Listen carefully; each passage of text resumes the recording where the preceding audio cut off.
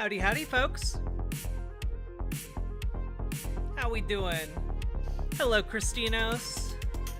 Hello, Lotta Apples. Hello, Metal Kitty Mom. Got some time off. Excellent, excellent. Hello, Snuggle Kitten. Hello, Punky Gal. Hello, Nindreen. Hello, one and all. Hello, Neuron. I know you're always there. Love ya. Love ya. Hey, Vox and Socks. How we all doing today? How we doing? We have so much to get through. Very knifey duck. Hello. Metal Kitty Mom, I am very comfy. I'm wearing a new bra today. And the top that I picked out that looked very professional, this bra adds a lot of volume to my physique, and that more professional looking top did not actually work that well. Bra review? I mean, it's cute. Like, there's a part of me that just wants to like pull my shirt up and be like, yeah, it's a cute bra. It fits well. I thought the girls look extra supported but did not want to be creepy. Well, your powers of observation have not failed you.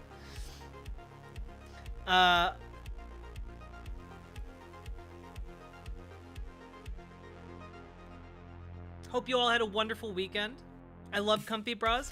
I'm still not sure if this is a comfy bra or not, but like, it's very padded. I like it a lot. Like, it feels like the girls can just kind of like chill, you know? It just makes the day better. It really does. Also, Metal Kitty Mom, I'm glad you have time off because goddamn, you've been working hard. Also, you look great. Get today? I do look get today. I was outside. I touched grass. The sun is shining. I got to have sex with my partner. It was great. And now I'm here. I've been very stressed, so thank you. Well, you goddamn earned that. Mommy's got breast. Jesus Christ. I do got breast, guys. See, the thing is, I don't usually wear bras that show off how big my ladies are. But they are sizable. They are sizable. I bought more weed, so far so good. I bought a new weed gummy last week, and I think I told you guys that. Yeah, last Friday I was zooted. I was so zooted. Sorry about the stream. It probably wasn't very good. Like two fat little boys wrestling under a blanket. That is not how I would compare my breasts, no. Yo, I was so stoned at work 2 days ago. Hell yeah. Hey, Antroma.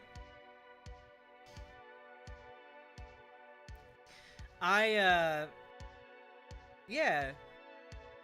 If we tell you it was a good stream, would you have remembered otherwise?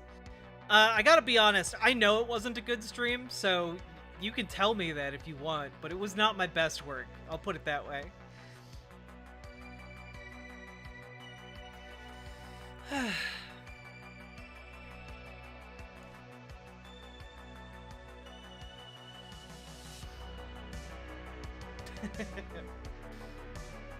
Oh god, we have so much to cover today. We'll see if we can get through it all.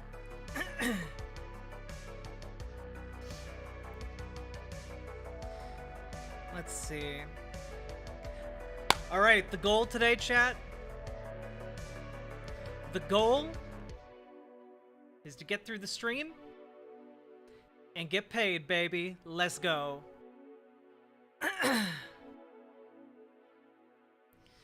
You were here to chew gum and kick ass and you're out of gum? Hell yeah, Shano the Pop. It's true.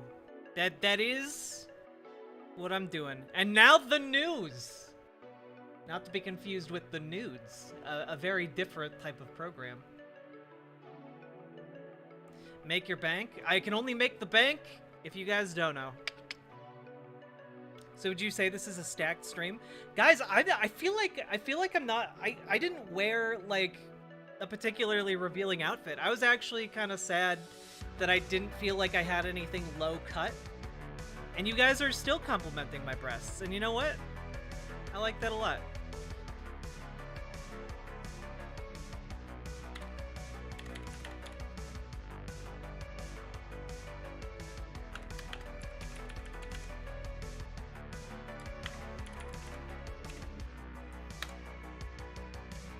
I don't know why PosadaBot got you 4 sweater vests, but I'm sorry about that. Horny chat, yeehaw! You aren't allowed to chew gum during stream now? Well, but why would you? That seems like a bad thing to do. You don't want to hear my mouth sounds. News about nudes? Sounds fun. Let's go. Alright. So, today, we are going to cover some updates about the Russia-Ukraine war, because we haven't really popped in there very often to like cover the goings on there, largely because there's basically just been kind of an ongoing stalemate, with a lot of manpower being thrown at the city of Bakhmut, and today, the big update is that Russia claims to have captured 2 whole blocks of Bakhmut. And, you know, congratulations to Russia. Good job on that one. Today, Ukraine also revealed that, by their estimates, over 100,000 Russians had died in Bakhmut alone. So, you know, 2 blocks, 100,000 troops. Look, all I'm saying is they are expending so much energy to try and take Bakhmut, and they still haven't done it. And it's not going super well for them. The war effort is not going well. A drone attacked the Kremlin just the other day. There has been some speculation that perhaps it wasn't Ukraine. Perhaps instead it was like a false flag attack within Russia to kind of like try and like, oh, there's an assassination attempt on Putin. Got it, you know, everyone rah nationalism, you know? Honestly, very knifey duck. There's a part of me that like, there's a part of me looking at, and this is just armchair like general shit, you know, so take this with all of the salt. But there's a part of me that wonders if Ukraine like deliberately lured Russia in to commit a ton of forces to Bakhmut, specifically to just grind them down for like very little strategic gain. As far as I'm aware, Bakhmut isn't like a particularly tactically important location.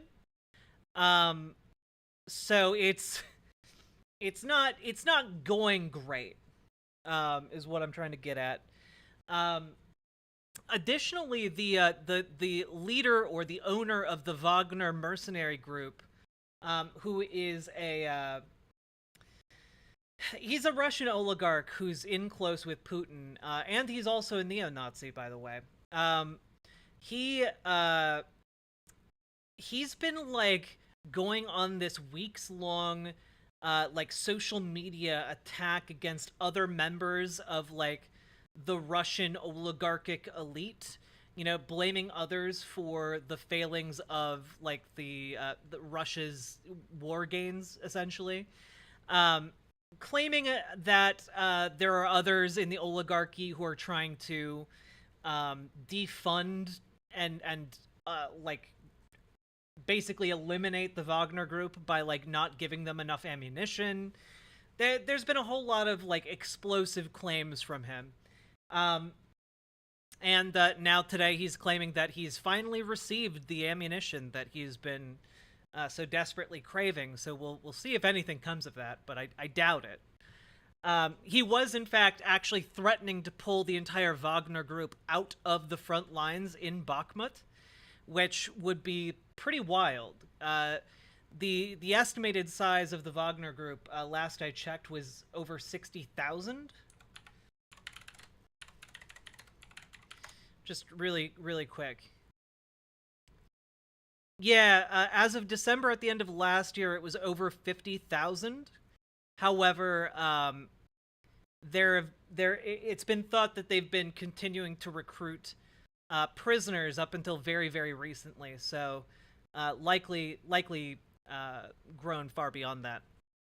So, yeah.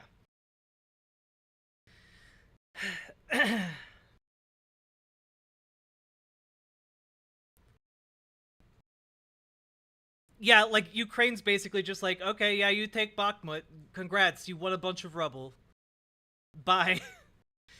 See you at the next city, punks. You know. Um. Yeah. No. Basically, like Russia has been forcing prisoners to join their ranks of the soldiery, and you know, it might just not be particularly great.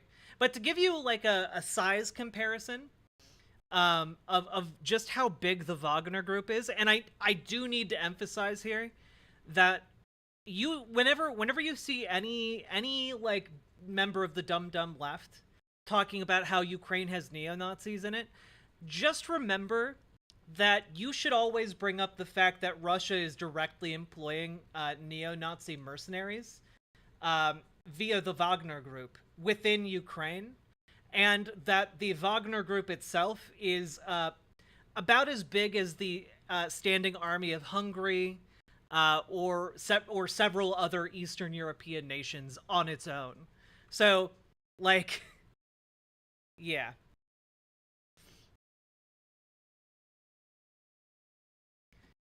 Don't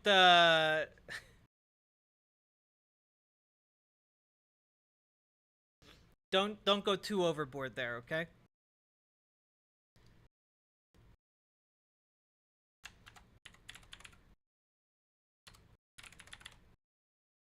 Metal Kitty Mom, I'll take care of that. Boom. There we go. We love you. We love you, Metal Kitty Mom. Uh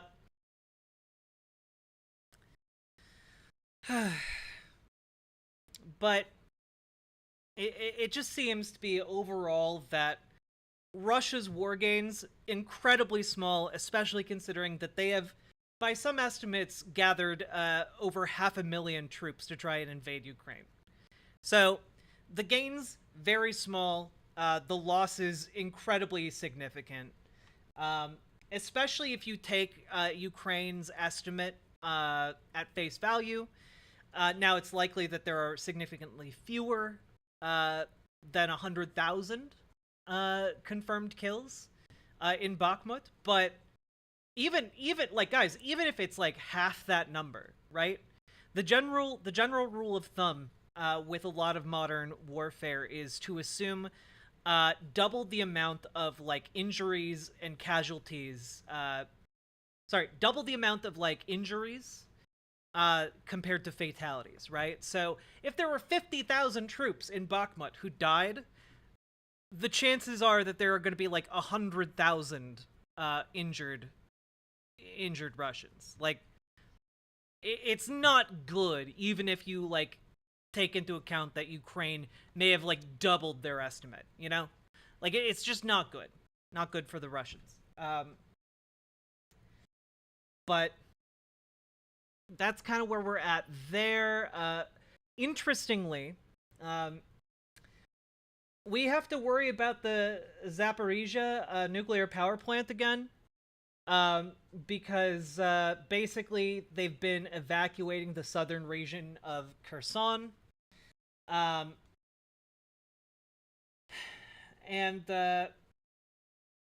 yeah, it's not great. If you take a look at the map here,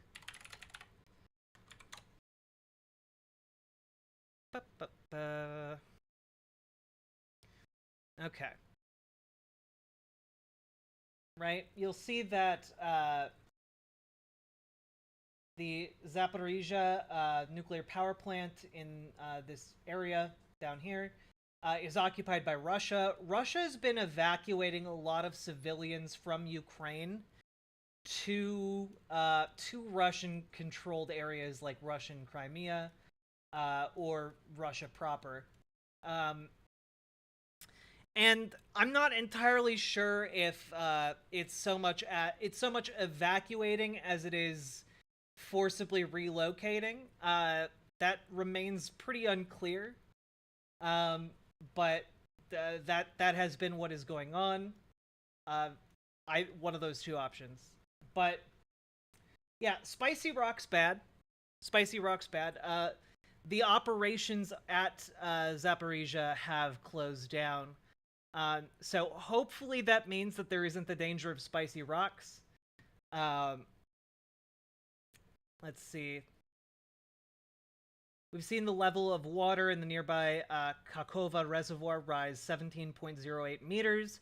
We realize this is manipulation. The nuclear reactors have been suspended. He did not elaborate.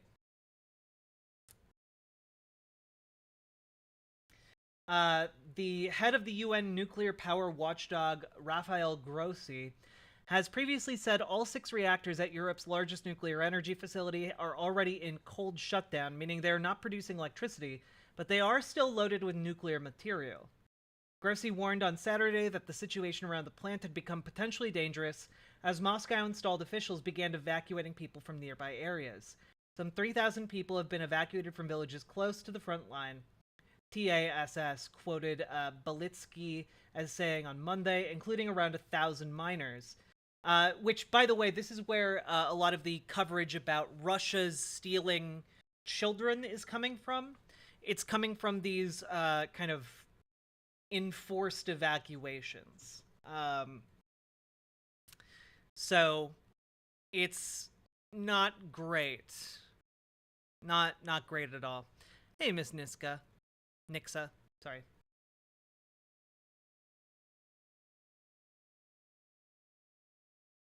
So, not great. Hopefully, once again, there isn't like shelling around the plant.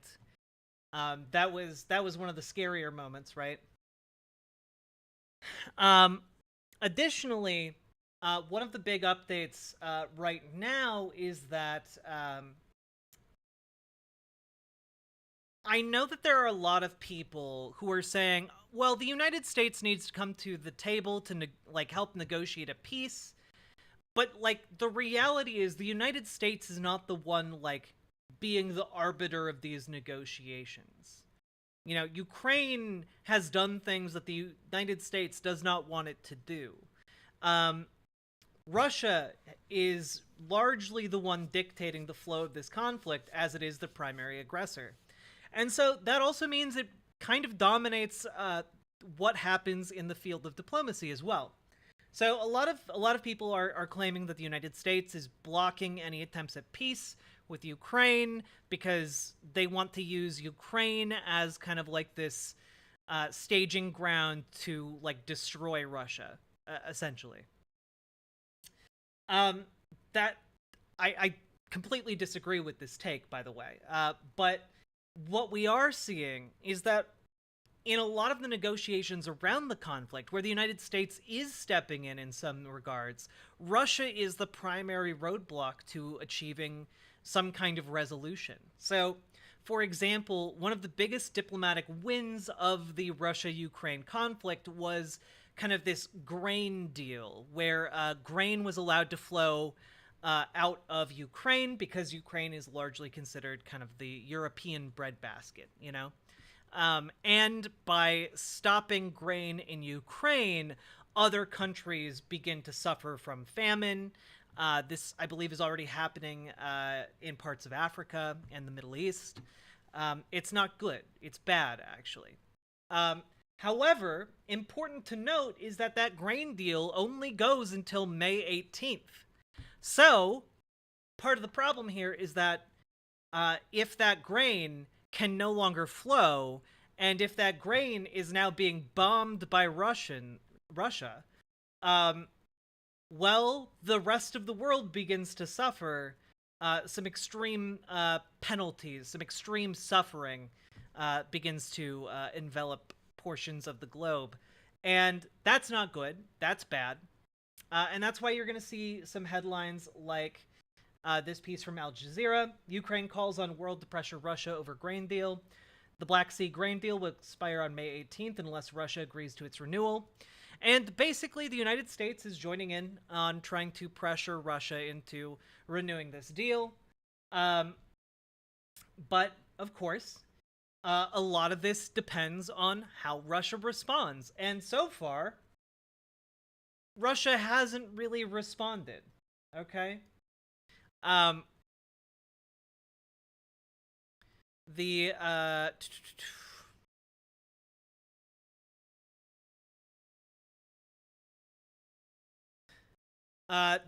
only statement being put out by Russia via Russian Foreign Minister Sergei Lavrov was that Moscow would study the letter, the request from the UN and the Ukraine, from the UN and Ukraine on brokering this deal. They just said, we will study the letter. So, yeah.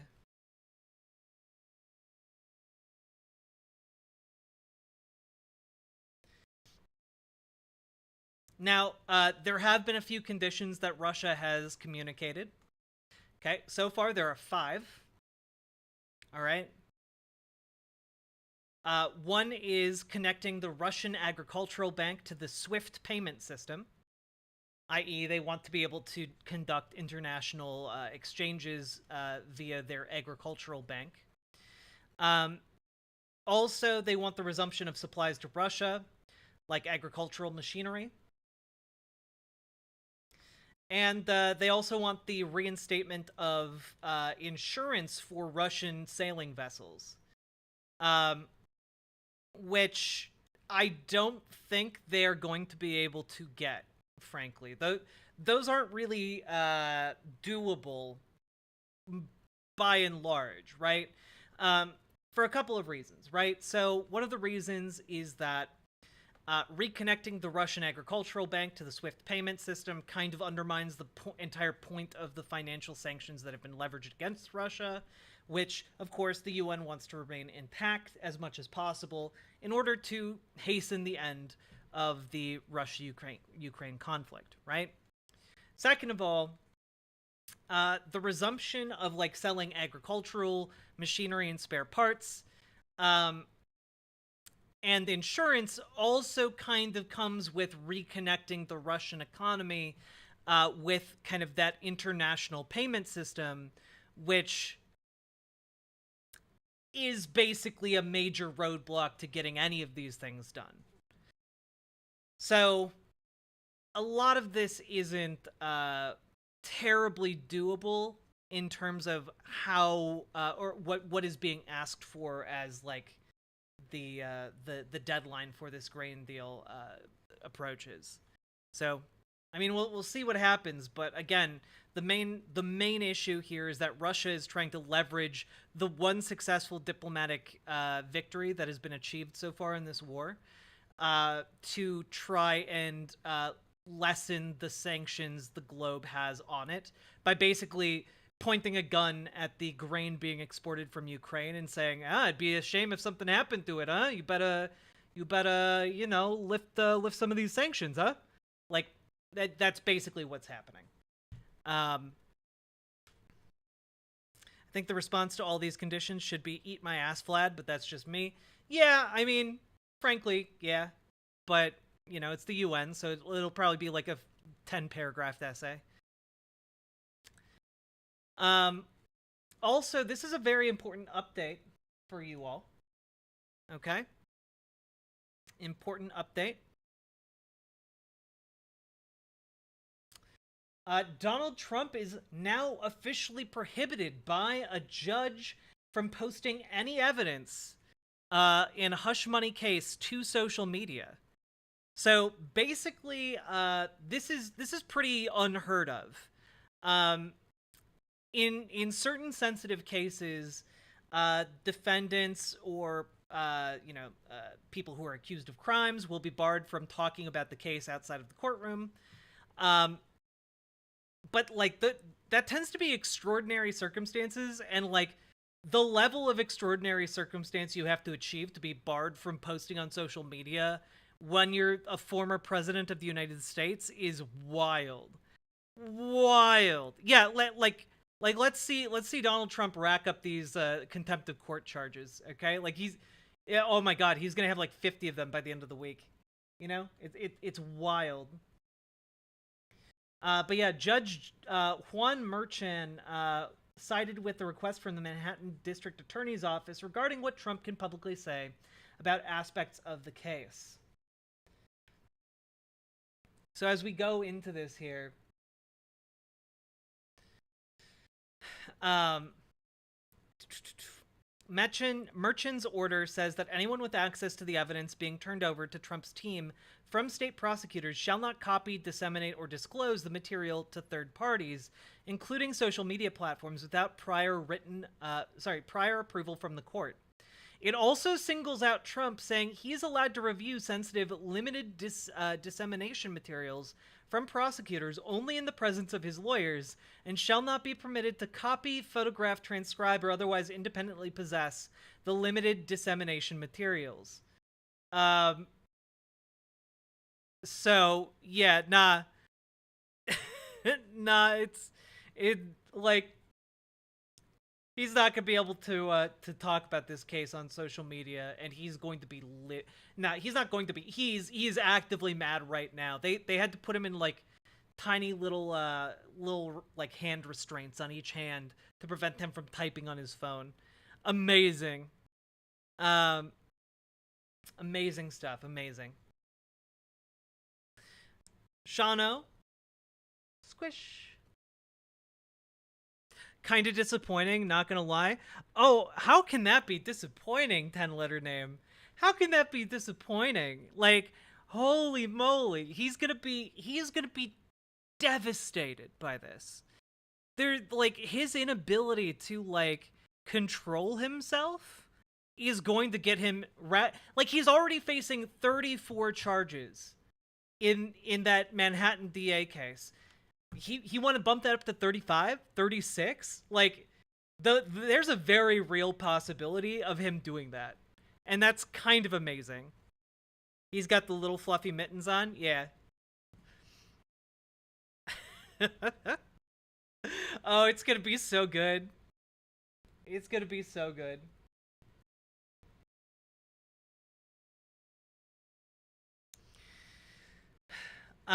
I didn't stop to think about how entertaining this could conceptually become. Yeah. Wait, just out of curiosity, uh,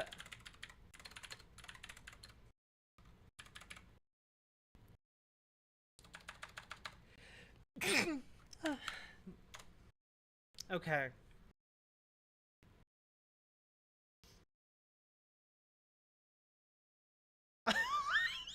Oh, sorry. Criminal contempt is considered a felony in the state of New York, punishable by up to 4 years in prison if convicted. Oh my god.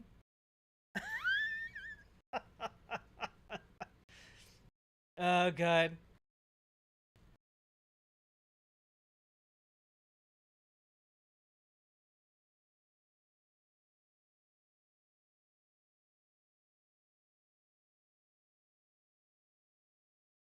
Okay, wait. There's a difference of contempt. There's a difference between contempt of court and criminal contempt. Okay, wait.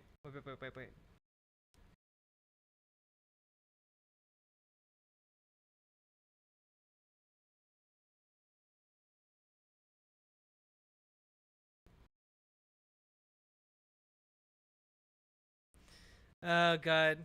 But there's this Trump. I heard tiny hand restraints and no tweeting. Yeah, it's Trump. It's Trump, baby. You put it together.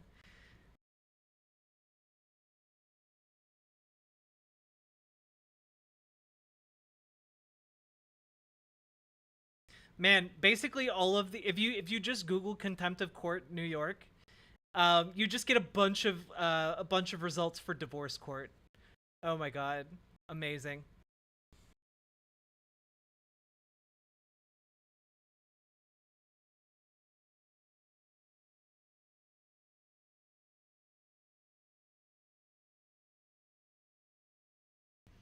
Okay, it can either be jail time or a fine, but oh, also, your incarceration may begin immediately after or even before the charge is adjudicated. Amazing. Okay, cool.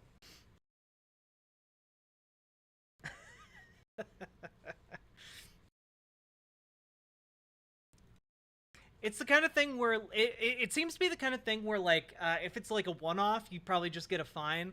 But if you like do a couple of them, you're probably gonna like add some jail time. You know? Oh my god, that's so good. It's so good.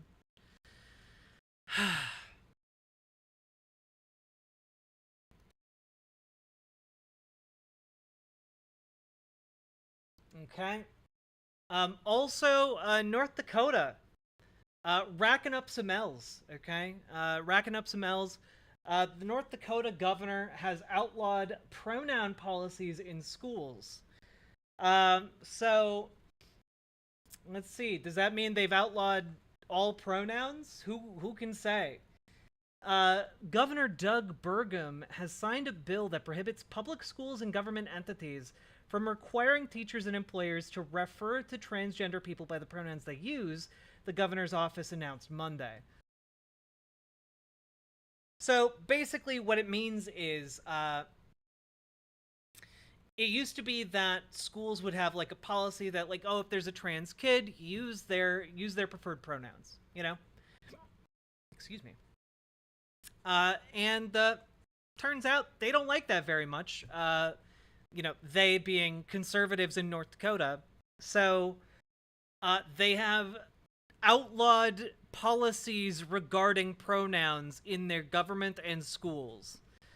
So no longer are there any policies, which could be like a kind of a double-edged sword, I suppose. Like, you can view this as an anti-trans law, because that's definitely the place that it's coming from, of course. But at the same time, that also means that they can't like pass an insane law. Like, if you're you can only be referred to in a government institution or profession or school by your like your properly sexed pronouns.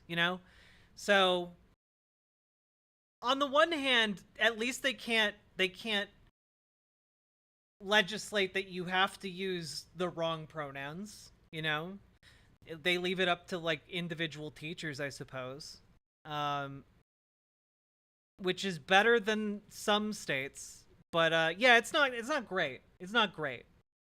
We all know why they made it illegal to use like illegal to like have those policies. It's because they want trans kids to be misgendered. That's what they want at the end of the day. Um, Also, hello, Irked. Time to refer to all Republican male lawmakers in North Dakota by female pronouns until they cry. Look, you can try that, and I've talked about this. I've talked about this on stream before, but like, man, I genuinely don't think conservatives really care. Like, if you're in an argument with a conservative about like trans issues and you start trying to misgender them, they they won't care. Like, it's not effective against them. Uh, Now, comparing them to women if they're men, or to men if they're women, they do care about that, but only when it's off topic, because otherwise they're just like, huh, you're just mad because you're a woke triggered lib, snowflake. They're like that's kind of where it's at. Um, how we doing, folks? How we doing? Moving right along. Go woke, go broke. Hell yeah, brother. we use them pronouns, they're gonna be, I don't know, painting the next John Wick movie pink. Oh, can you imagine that? We already get so much bisexual lighting in them John Wick movies. Basically a transgender already.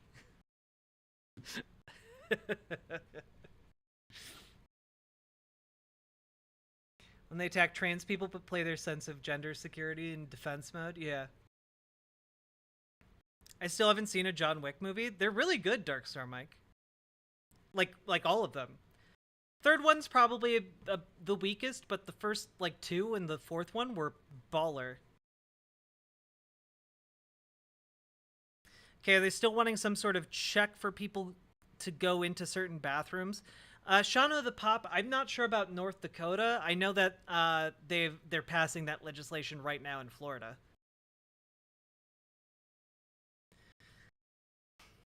Also, folks, we are about an hour into stream today. It's going to be a short and sweet one, but I just want to ask if any of you are enjoying the show, finding it informative, etc., etc., etc. You think I'm cute, you think I'm funny, whatever it is, please consider supporting the show by hitting the like button over on YouTube, or hitting the subscribe button, or hitting the follow button if you're on Twitch, and also consider making a dono.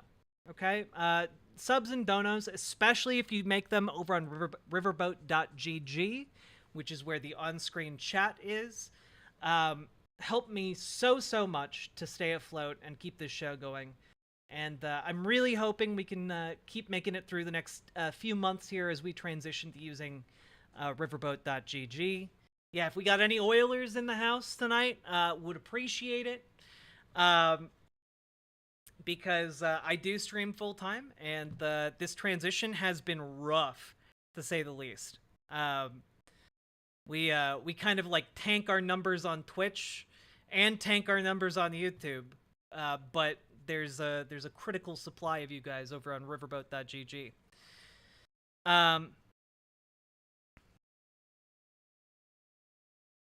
Oh, no, see, Shano the Pop,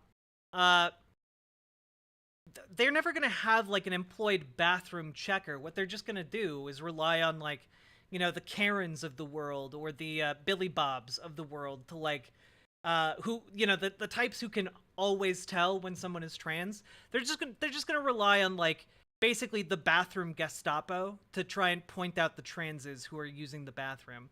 And yeah, they're gonna catch a lot of cis people, but they don't really give a fuck because they're not gonna be charging those people. They're just gonna be charging trans people. Yep, exactly, Shano the Pop. Exactly.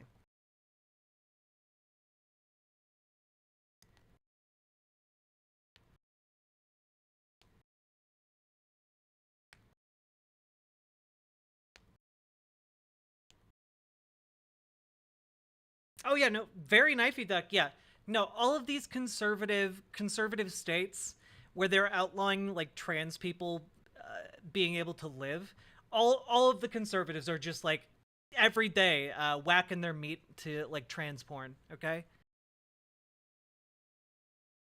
Hey, Camilla Q, what's up?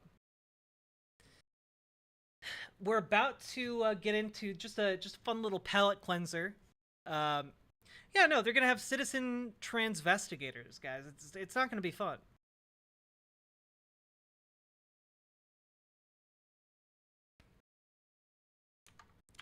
Anyway, if any of you guys over on Twitch would like to pop on over to the Riverboat site chat, there you go. Come on over. The chatting's fine. And yes, again, subs, donos, extraordinarily appreciated, since that's what allows me to live. All right. I found another one of these, and I thought it would be great to listen to. Experience. Yo, do you remember the Johnny Thunder Lego sets? He was like Lego's own version of Indiana Jones, long before they actually made official Indiana Jones sets. Yes, the adventurer's theme. This LEGO theme was an excellent representation of the exploration of the unknown, and Johnny Thunder was a central character in that narrative. Right, I always found the setting in this LEGO theme quite fascinating. I like how they were based off of real-world locations. The first few waves of the Adventurers theme took place in real-life places like Egypt and the jungle of the Amazon. The third wave in the year 2000 was the only... Yo, Darkstar Mike, thank you for the $10 dono. Though I don't know why it's not showing up. Gonna refresh these. Don't know why it's not showing up. My bad. But Darkstar Mike 85, thank you for the $10 dono, because that shit helps me live. Adventurers sub-theme to take place in a fictional setting, Dino Island, a land where prehistoric dinosaurs still existed. Oh yeah, I remember that sub-theme. I was never a huge fan of that theme. The sets were blocky and primitive, and they lacked any interesting lore. That's true. Dino Island was not the Adventurer's strong suit. It was considered a big lump of shit. I think the Egyptian theme was the best sub-theme of the series. 100%. It's actually what got me Big lump fascinated of in archaeology shit. and ancient civilizations. The first set I got was 2996 Adventurer's Tomb. Oh, I loved that one. What a great low-budget introduction to the theme. I particularly enjoyed the inclusion of the Pharaoh Hotep in this set. Yes, same with Sam Sinister. He looks Okay, that test donation went through. Okay, we should be good again. like he would be funny and dramatic, kind of like Newman from Seinfeld. Yes, I totally get that vibe. He was a great antagonist who represented the shadow archetype, a character who is often in conflict with the protagonist. He added an element of tension to the story, which made it way more exciting to follow. He was 100%. Same with the other villain, Baron von Baron. He was the classic villain with the mustache, monocle, and hook for a hand. That guy always seemed to be one step ahead of Johnny, always stealing the treasure right before he got to it. Yes, Baron von Baron was a representation of the classic European aristocrat. He was a wealthy industrialist who financed his own expeditions and always wanted to be the first to discover ancient treasures. This is He's amazing. a bit of an anti-hero. How about the old guy with the glasses? What was his name again? That's Dr. Kilroy. He's actually Johnny Thunder's uncle. He was an experienced archaeologist who would travel alongside Johnny no matter how dangerous it was. Okay, real talk. Real talk. I didn't know this existed until we watched this video. Metal Kitty Mom, thank you for the $50 dono. Holy shit. Thank you so goddamn much. Wow. Thank you. God damn, Metal Kitty Mom, based as hell. Let's go. Also, remember, folks, on the Riverboat Jack website, on riverboat.gg, okay? If you want to gift subs, because I know we have unsubbed people lurking in chat right now as we speak, you just click on the subscribe button and then go over and click random gifts. That's how you gift subs to the lurkers, okay? I think that's enough for a gallon of milk. You know, I saw like two for $4.50 a gallon of milk the other day, and that man, I feel old because I was like, wow, hot damn, that's a lot.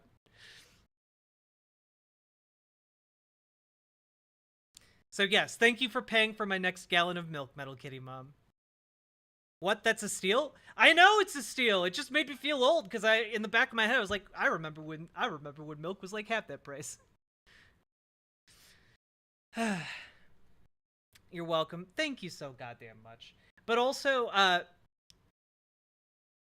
yeah, very knifey duck. I was huge into Legos. Never saw this line of Legos, but I will say, if Lego wants to make a new Lego movie franchise, I wouldn't say I would actively go to watch like a Lego Indiana Jones.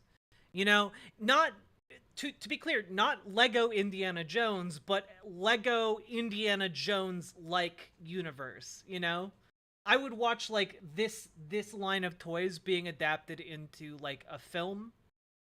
Specifically because then it opens up the opportunity to have like adventure stories and like treasure hunting stories without like, I don't know, the racial and colonial mishandlings of like Temple of Doom. You guys know what I'm talking about, okay? Oh yeah, he was a great sidekick for Johnny. And what about Pippin Reed? She was pretty much the only female character in this series. Pippin Reed was a photographer and journalist who traveled with Johnny and Dr. Kilroy. Her presence in the story brought balance to the masculine-driven narrative.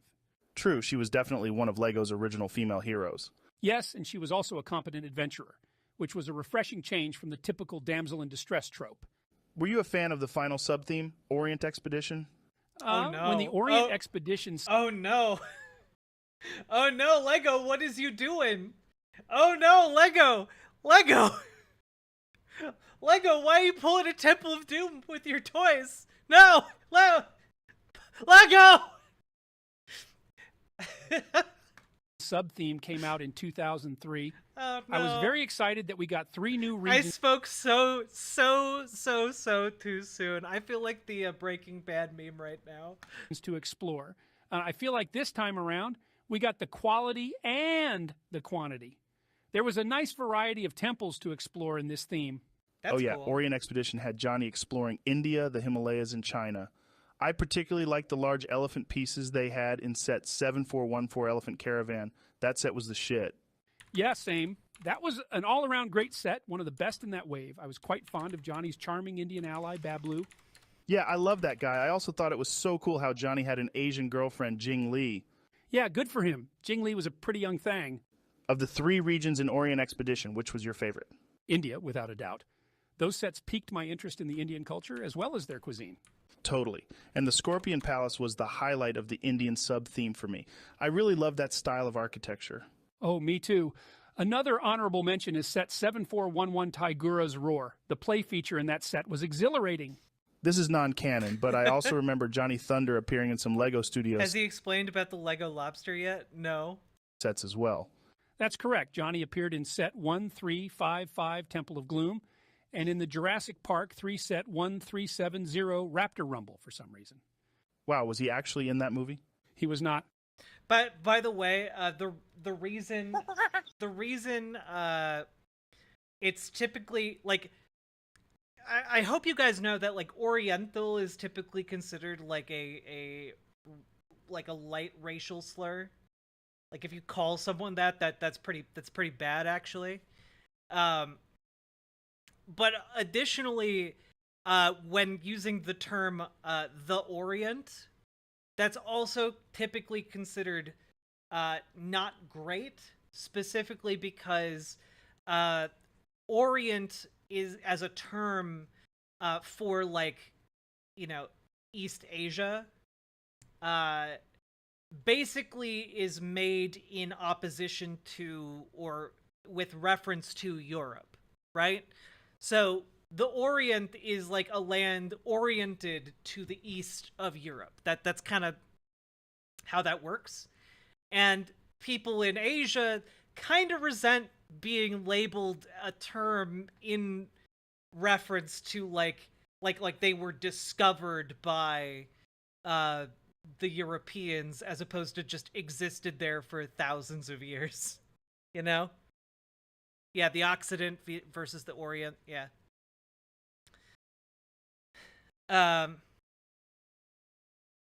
I was told it was the politically correct term by my racist ass mother and used it until I was 19. No, 10-letter name, no! No!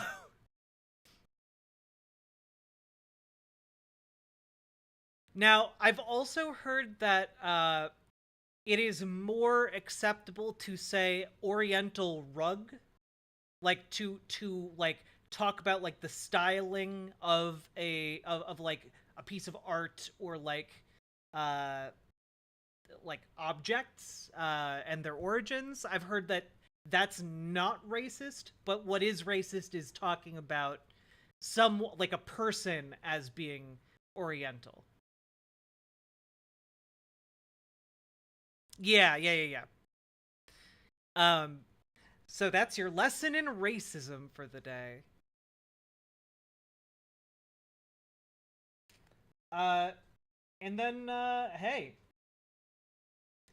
I figured we'd look in on obviously the most important game of 2023. Here we go.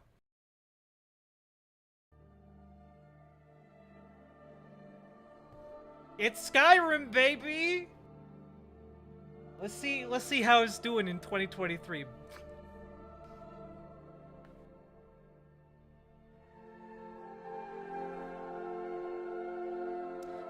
Man, they made this game look so much better. What the fuck? Holy shit.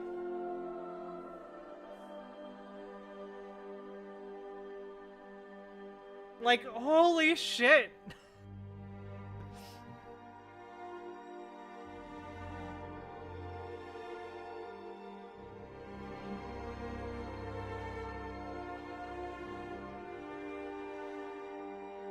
Oh my god.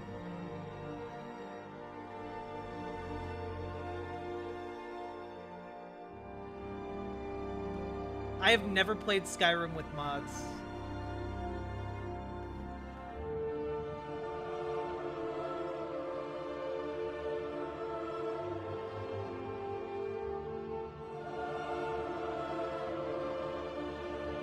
Like, god damn, look at that. Totally different ambiance with all the trees.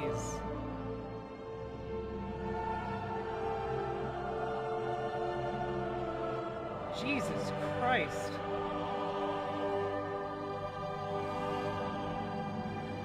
Oh my god. What the hell? Like, by the way, I love that this video is like, all right, here's Skyrim. Remember, everybody, it's a game that when it came out in like 2012 looked great. It looks dog shit now. Let's make it look not dog shit. And then it's just like, the fuck, it looks so not dog shit.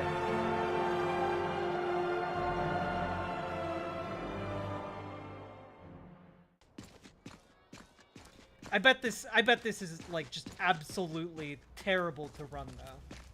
I'd be very surprised if this was like stable on anything but like the highest end.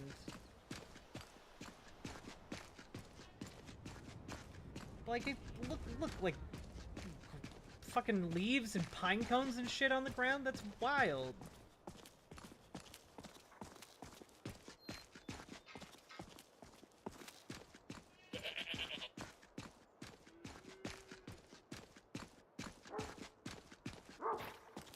If I had the ability to stream something like this, I would absolutely give it a shot, you know? What is it? You look awful. Better not get me sick.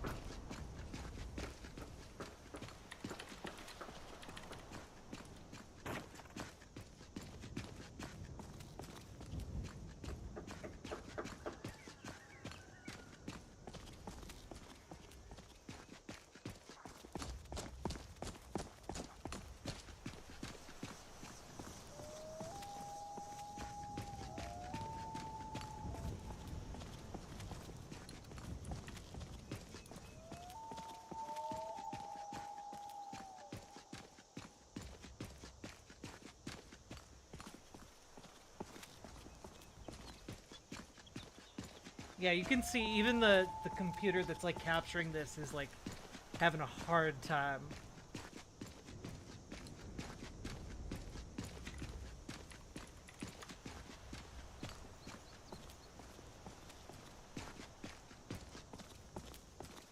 This is genuinely really pretty though.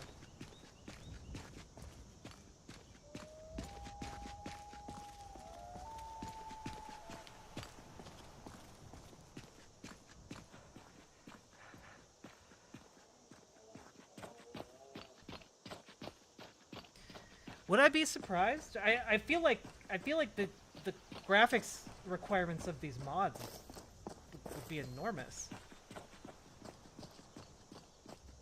Yeah, you can hear the cicadas, folks. This is wild.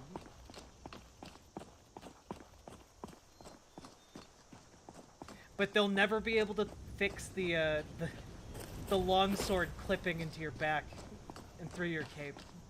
They'll never be able to fix that, chat. Unfortunate.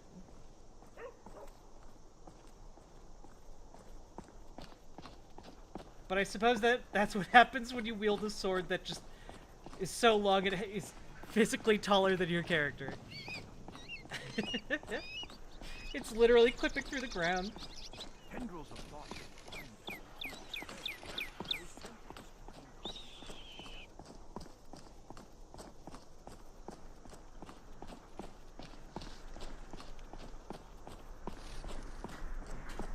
Pardon me.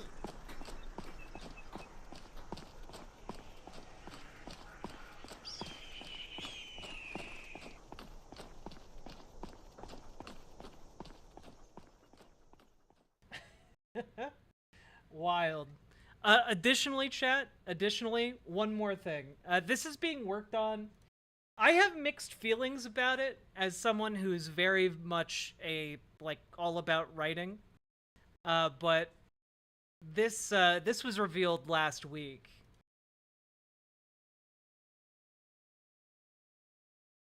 ChatGPT can be used for AI-generated NPC dialogue and voices in new Skyrim mod. Yeah, here we go.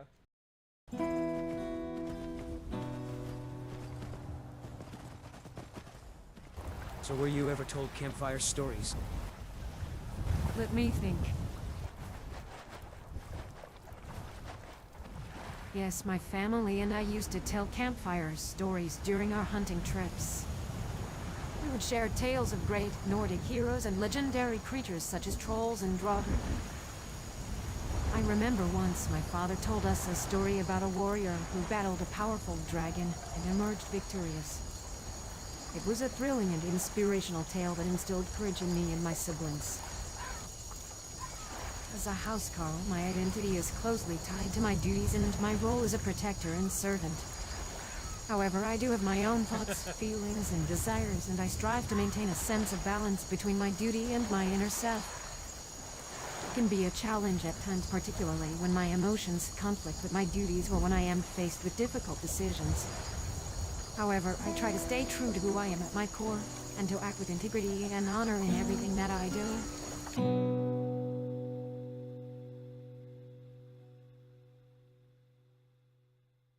So basically, this mod is an attempt to make NPCs that are interactable and that will remember your interaction and build upon their previous outputs over time, so that they have consistent backstories and motivations and stuff like that.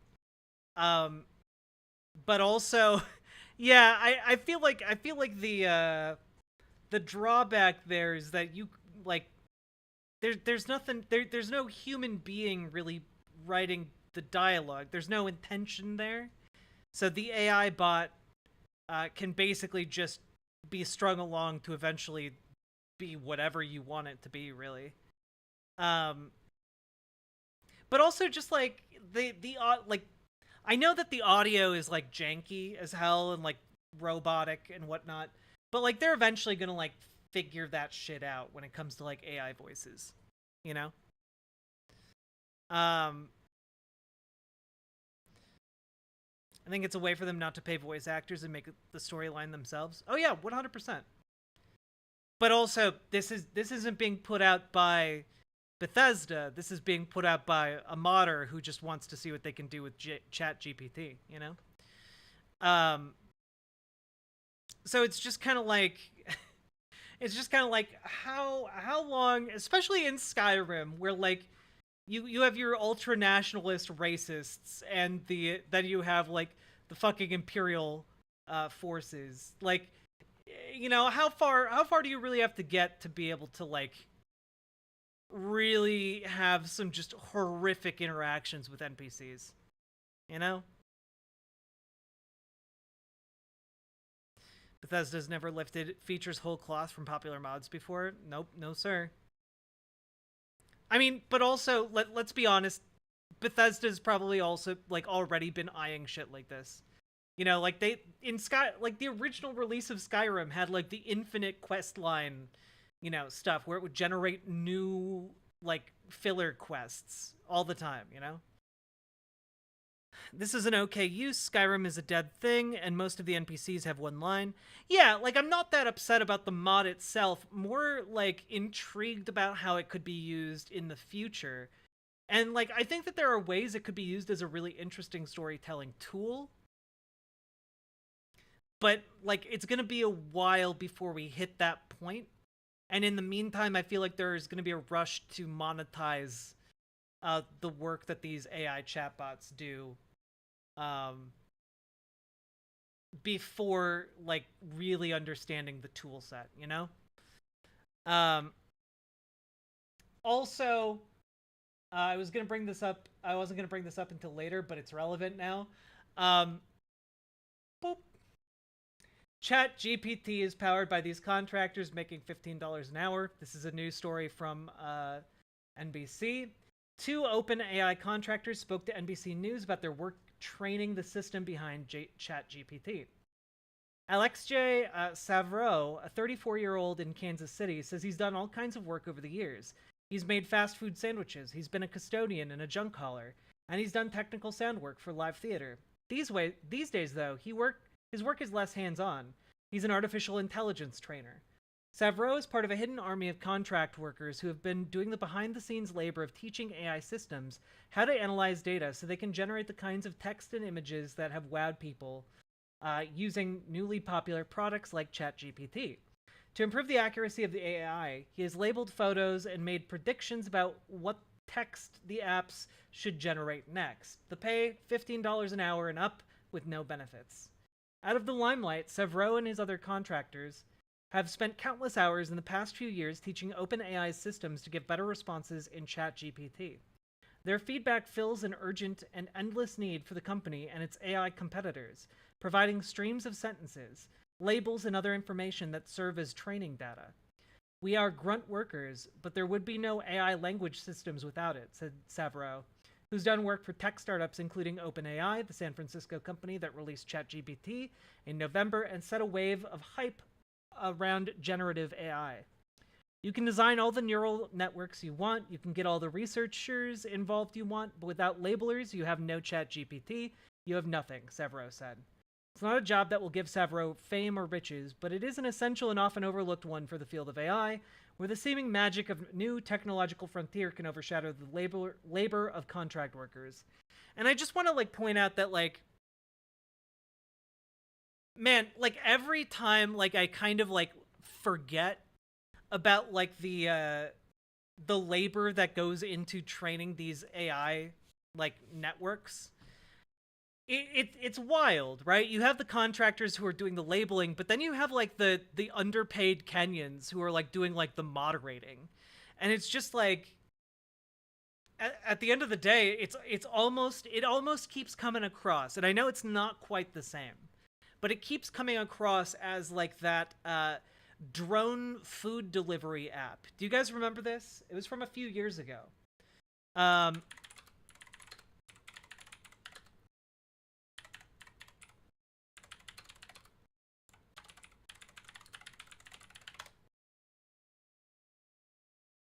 Let's see.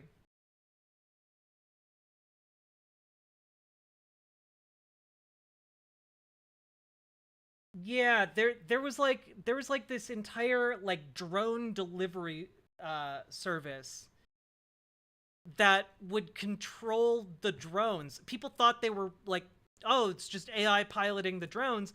No, it's like underpaid Central American workers. Like, you know, it's wild stuff. What if it's just these dudes typing out the responses behind the scenes? Like, that's kind of the thing, Datura dude, right? Like, it wouldn't be unheard of for a company to do that. I don't think that's what's being done in the cases of, like, ChatGPT and stuff, but, like, companies are absolutely not above doing that.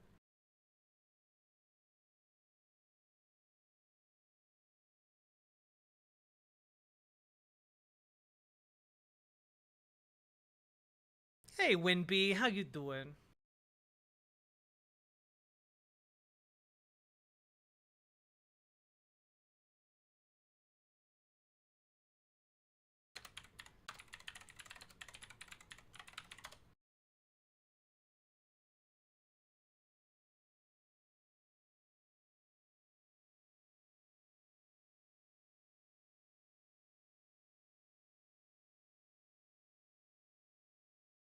Yeah, it might have been Uber Eats.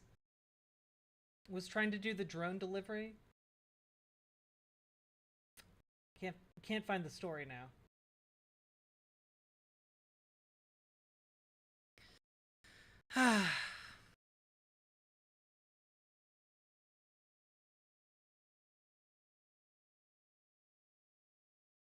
Okay. Moving right along, okay? Moving right along. How we doing, chat? How we doing? Oh, new trailer for Oppenheimer just dropped. Let's take a look. I know that this is like one of the most hyped movies recently, so. That was loud. This is a national emergency. Detonator charged.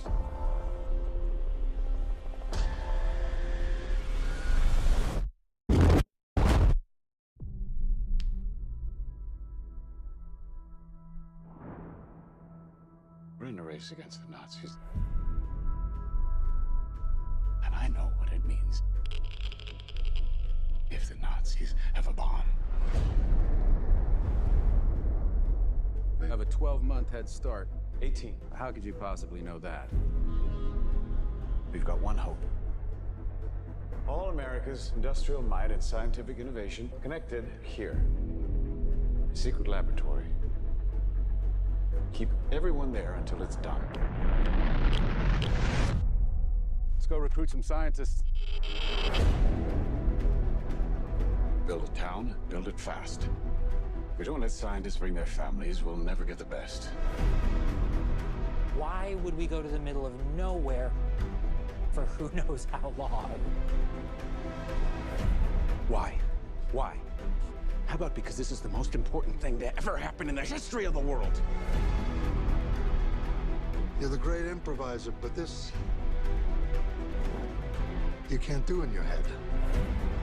Are we saying there's a chance that when we push that button, we destroy the world? Chances are near zero. Near zero. What do you want from theory alone? Zero would be nice.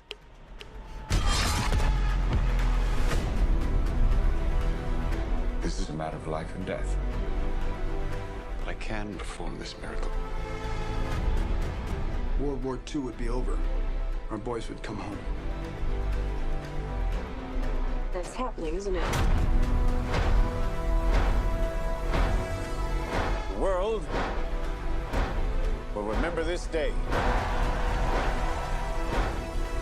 Our work here will ensure a peace mankind has never seen.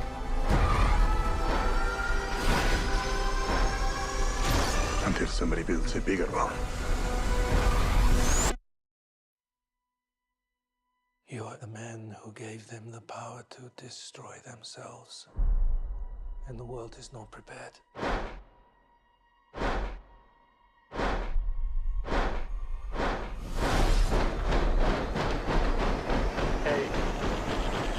7, 6, 5, 4, 3. Truman needs to know what's next. 2, What's next? 1.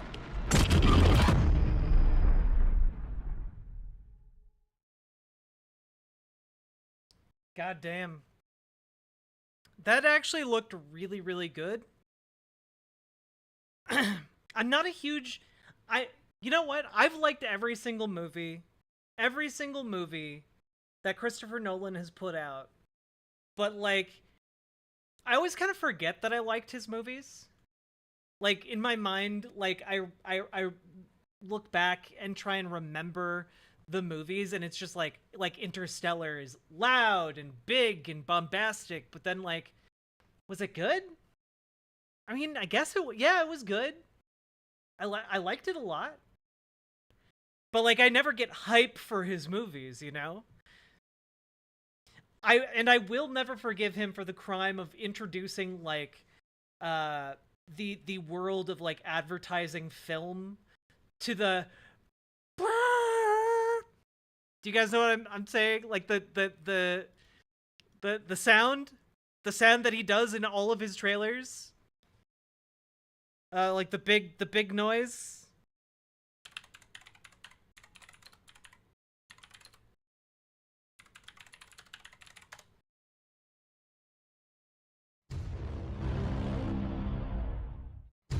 Yeah, this one.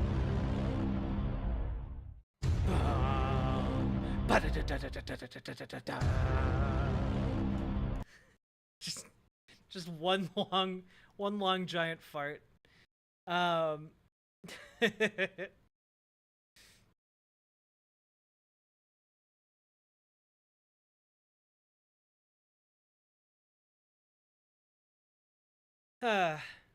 But also, I saw someone in chat talk about how the Germans, like the Nazis, weren't doing like research into nuclear weapons.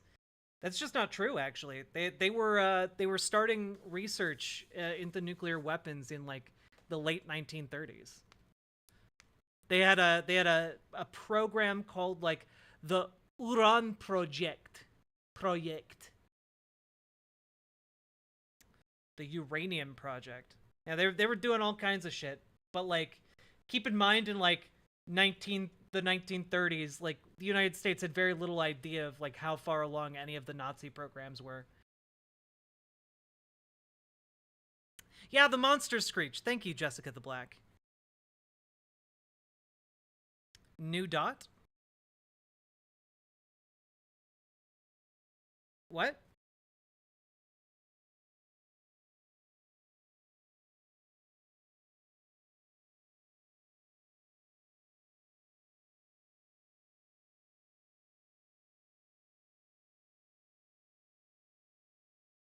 Oh, new dot. She, they. Congrats on the new pronouns, Winby.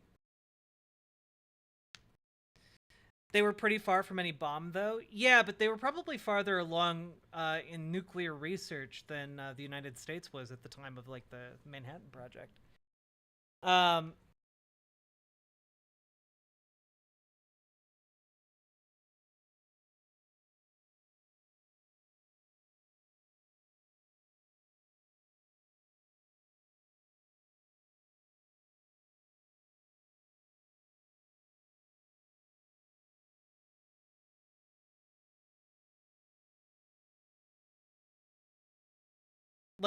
Like literally in 1938, the Germans were the ones to discover nuclear fission and like confirm it experimentally. So like, yeah, no, they were kind of considered cutting edge in that regard.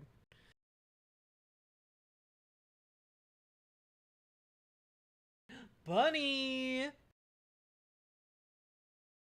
Bunny! Oh, come on. Bunny! Elon Musk doesn't want the bun to play.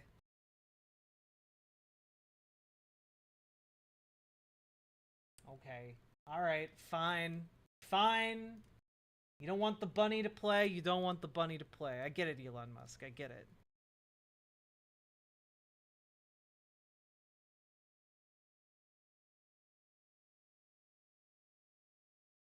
Yeah, look, all I'm saying is we know a lot of stuff about the Nazi, like, the Nazi attempt to, like, research nuclear weapons in retrospect. At the time, we didn't know a whole lot about it because we were on opposite ends of a world war. Let's see. Also, chat, we have a white name, if anyone wants to gift some subs. Alright. New portion of stream, okay? New segment. Alright? New segment. So chat, we have a problem, okay? And that problem is Joe Biden, okay? Joe Biden, in a new poll, it has been revealed that Americans, by and large, think Joe Biden sucks big floppy donkey dicks, okay? It's a big problem, actually, because he is the leading contender currently for clinching the Democratic nomination for President of the United States, okay? And unfortunately, there's not really a whole lot of hope that he's going to change things up and turn it all around, specifically based on the polling all the way back to like January of 2021, okay? Literally, if we go back to January 2021, he had his highest approval rating ever, 53%. It's just been downhill from there, and it finally, disapproval eclipsed approval around mid to late 2021. And ever since, he has been riding just very low approval ratings. And yeah, his most recent polling is basically he's hit 36% approval, which is ridiculously low. Ridiculously low, you know?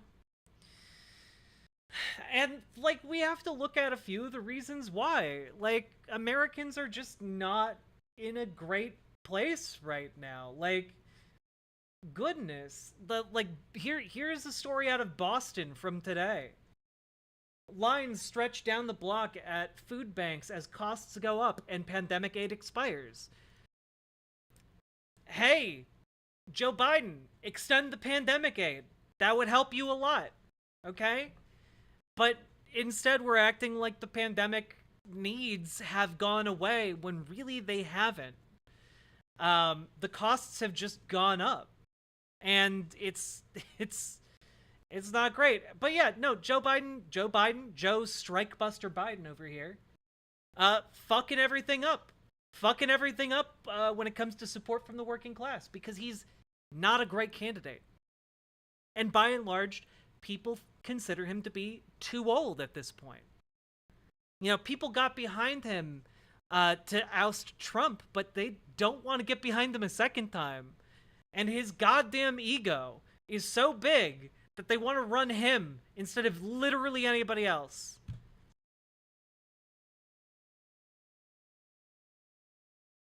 Additionally, I don't know how to cover this anymore, chat. I'm just gonna how federal investigators found more than 100 children cleaning slaughterhouses. The fuck? 10-year-old children were found working at a Louisville McDonald's until 2 a.m. Working in some Kentucky restaurants, a Labor Department investigation into 3 companies found 305 kids work more hours than legally permitted. One franchisee, Bauer Food, employed 2 underage children and did not pay them. Investigators say they would work as late as 2 a.m. some shifts. Literally didn't pay their child workers because their child workers are too young to understand employment contracts. One 10-year-old was allowed to operate a deep fryer, which is prohibited for workers under 16. The total fines for the 3 franchises was more than $212,000. Wow, hundreds of child laborers, some of them unpaid, working in dangerous conditions. All told, the companies, several companies, including multi-billion-dollar companies, fined a couple $100,000.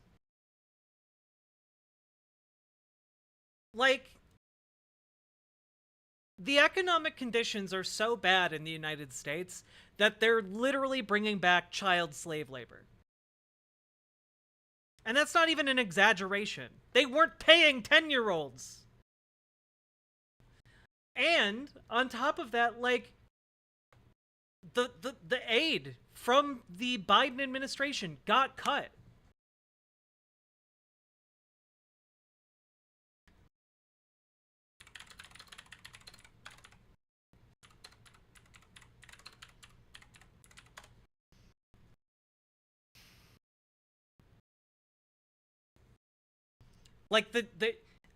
Additionally, the child tax credit that was being paid out under Donald Trump expired. That's not coming back. It lifted millions of children out of poverty. It's not coming back. One of the most popular programs. Not coming back. there are some obvious wins for Joe Biden that he's just ignoring. And people fucking hate him for it. It's understandable that they hate him for it. Because, like, basic things like keeping your child alive have gotten exponentially harder. More people than ever before. In this story about food lines in Boston, okay? In this story about food lines in Boston, the number of people filing into the red brick industrial zone warehouse on some days now exceeds the worst periods of the pandemic economic crisis. And in April, it had the second highest monthly traffic since it opened in 1982. Like, maybe that's a bad sign. Maybe, just maybe, that's a bad sign, actually.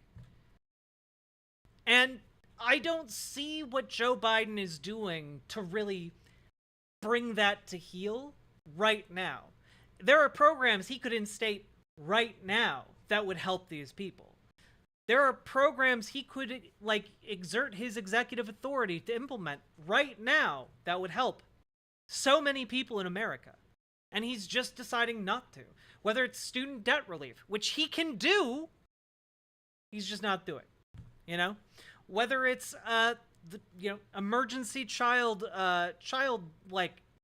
emergency payments for children.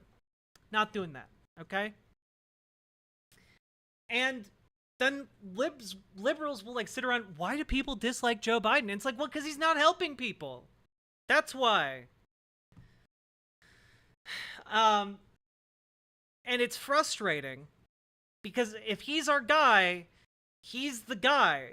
You know, like, if he's the one who gets nominated to be the Democratic nominee, like, we gotta roll with that. And we gotta fight with that. It's a huge liability, but we have to keep trying, you know? We can't settle for him. I agree, but there are no other viable candidates. And if the alternative is fascism, which Donald Trump would absolutely bring to be, like, I'm sorry, we gotta, I will settle for a lib who is weak and feckless over a fascist any day.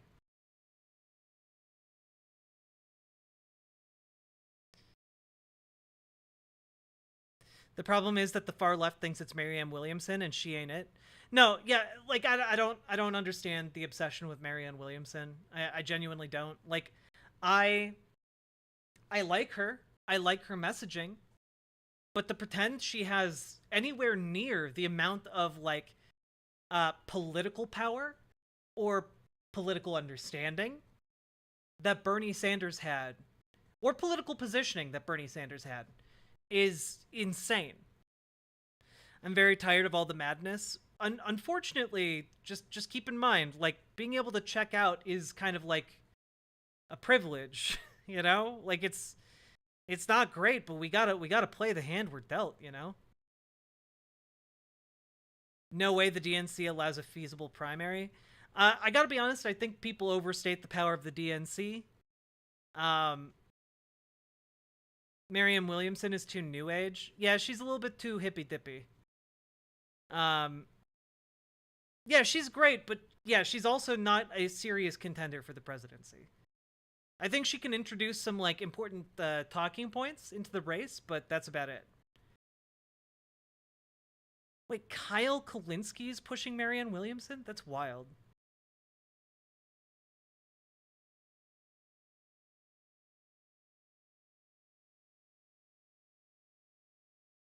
I mean, look, like, if Marianne Williamson is doing okay, like, by all means, even if she's not doing okay, vote for her in the primary.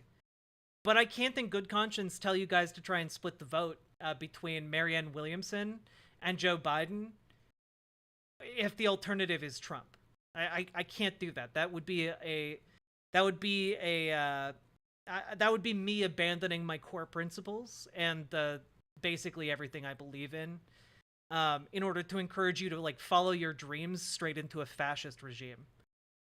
And I have too much respect for you guys to do that.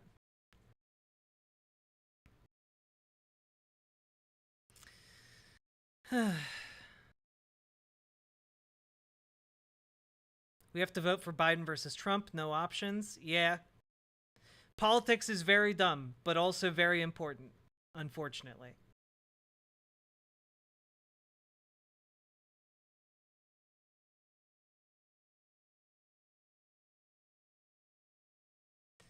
Let's see. QAnon kept faffing about with polls, trying to get a debate between Biden and RF QAnon Jr. He's not getting 3% in Iowa. Oh, God. Yeah, no. Our Robert F. Kennedy Jr. is not a serious person, guys. Like he's just not a serious person. He's just like a blowhard conspiracy theorist. I wish I could not care about politics. Yeah, man, it'd be so nice. My life would be so much less stressful if I didn't give a shit about politics.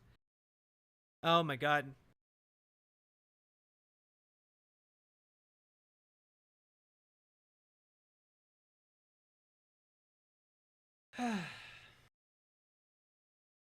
Do not overthink any poll that has him at like 10%. Yeah, no.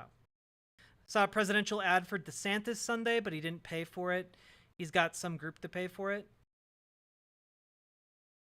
Yo, DeSantis isn't gonna... Are you kidding me? His campaign is dead on arrival, guys.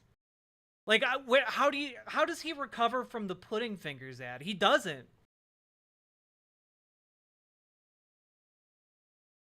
Also, chat, another white name, okay? We need some gifted subs to the lurkers in chat. I've seen too many whites in chat. Too many white names. Yeah, Pudding Finger Ron. God. The stinky.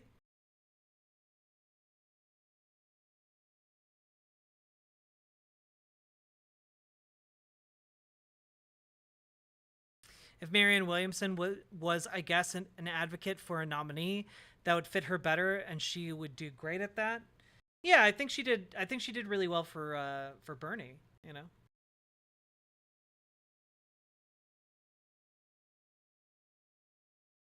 Nah, Berserker, I don't think that's it. Like, he does not have the polling to overtake Trump right now. Like,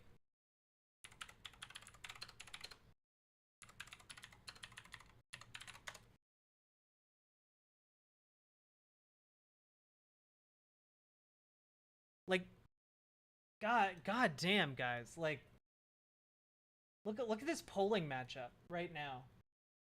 According to 538. Just like DeSantis is in like the 27, polling at around 27%. Whereas Trump has a solid 50% of the base. Like, nah. Even if you combine Pence and Haley at the bottom with DeSantis, like, that's not nearly enough to, like, put up a fight to Trump. Not right now. Anyway. Yeah, DeSantis has no riz, as the kids say. DeSantis may have overextended. If he gets rolled by the mouse in Florida, he might get a Fox News special correspondent in 2027. True. Though, you know what? DeSantis has absolutely no charisma either if you put him on camera. So any job he gets over at Fox is going to be very short-lived. Trump may not be around come primaries. I mean, we'll see. I doubt that very much.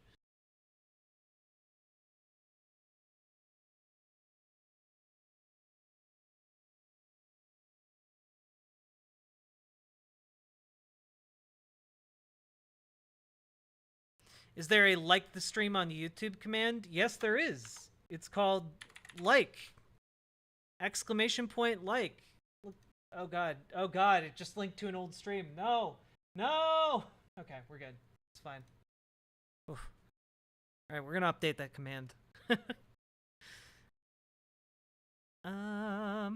Updating that command. Ba-da-da-da-da-da-da. Ba-da-da-ba-da-da-do. Da-da-do-do-do. Okay,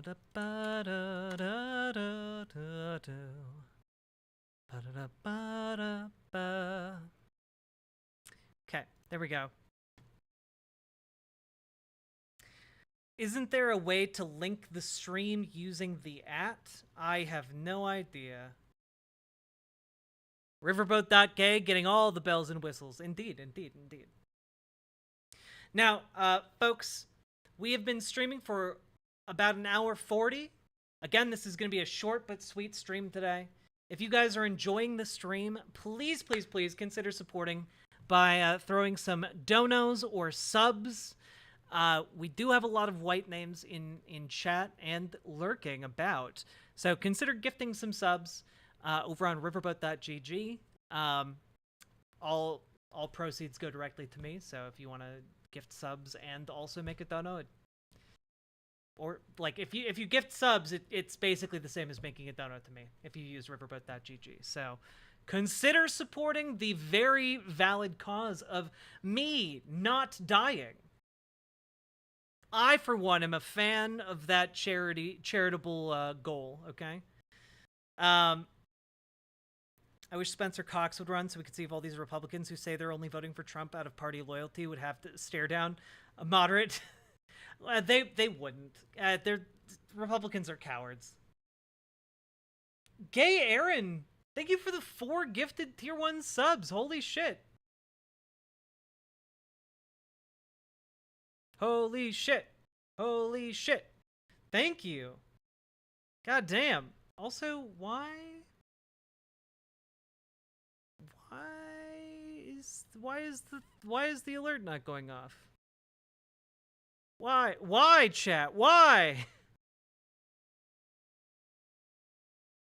Hey, we're gonna test the alert again.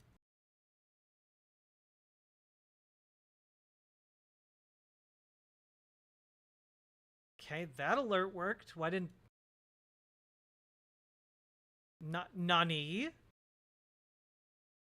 Nani? Okay, wait.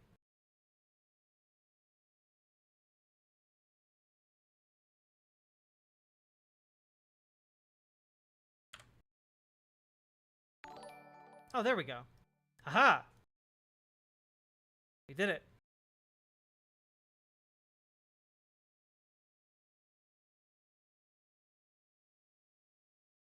Why won't it won't let me readjust where... Oh, okay, there we go. Never mind. Fixed it. Did it. We did it. I did it, chat. We did it. We did it. Mission accomplished. Oh, God. I have a chronic case of big boobs today. Also, Gay Aaron, thank you very, very much for getting Bruiserker and Camilla with those excellent sniping skills of yours. You got two goddamn white names in one blow. Truly the shonen anime protagonist of our times. Is it serious? You know what? It's increasing in intensity.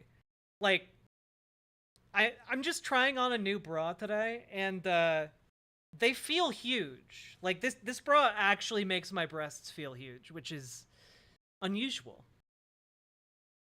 Sniped them out from under me. Yeah, Paladin was poised with his assassin knives. Yes, I mean, like, goddamn, look at how big they are. The fuck.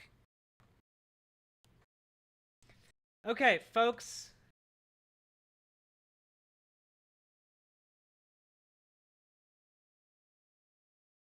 We're gonna have...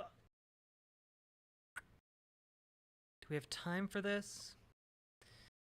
We're gonna have a little bit of fun before we hop into covering the Allen, the Allen, Texas shooting. Okay. So I'll be right back, but I'll leave you guys with this Majority Report classic.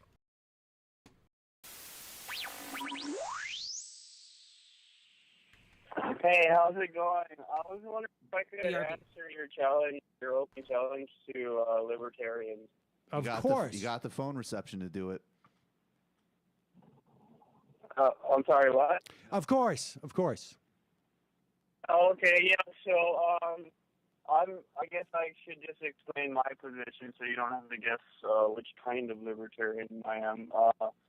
So philosophically, I guess I'm an anarchist. I'm an atheist to the state and government in general. I just don't believe in it. And I guess politically, I'm libertarian in that I'd be willing to compromise on reducing the size and function of government to like only the things that absolutely cannot be done in any other way. Like where government, in the rare case that government is the optimal solution, if that is ever the case, I'd be willing to compromise until we find some better market solution to whatever that particular problem is. Okay. And so give me a sense of what those things are. Like, what do you think the government is doing now that could be picked up by private, by the marketplace? So let's start with what one of the biggest expenditures are that we have, right? So the military. Okay. Do you think the military should go away? What, military? Did you say the military? Yeah. Yeah, I think it should be like very seriously reduced. Like maybe 1% of our current budget. If you look at just our naval fleet, I mean, I think we have something like 10 or 11 aircraft carriers, most of those being super carriers. And, Russia has one, China has one, and they're like the old kind, not the nuclear ones. So I think America would be just fine. I don't think there's any real external threat to America. I think geography serves as a natural barrier to most threats. And I think, like the threat of terrorism is largely caused by our foreign policy in the first place. So, yeah, I'd like to substantially reduce the size of the U.S. military. Okay, so we reduced the military. Now, the next biggest expenditure by the U.S. government, or I guess theoretically, it's not even theoretical by your definition, would be Social Security and Medicare. And do you think that we could do retirement insurance by the private, by the marketplace, as opposed to the government? Yeah. Oh, damn, Paladin, thank you for the $20 dono. Got my white name sniped, so I'll just donate direct. Thank you so goddamn much. Hell yeah, let's go, folks. So I think a better system would be, right now healthcare is... Well, let's just start with Social Security, and then we'll go to healthcare. Oh, wait, I'm sorry. Can you say that again? You're kind of breaking up. Also, just goddamn, Sam has aged like a fine wine. Let's start with Social Security, and then we'll go to Medicare. Ashley. Oh, Social Security. Okay. Yeah. Yeah. So my argument against Social Security is rather straightforward and simple. It applies to all government.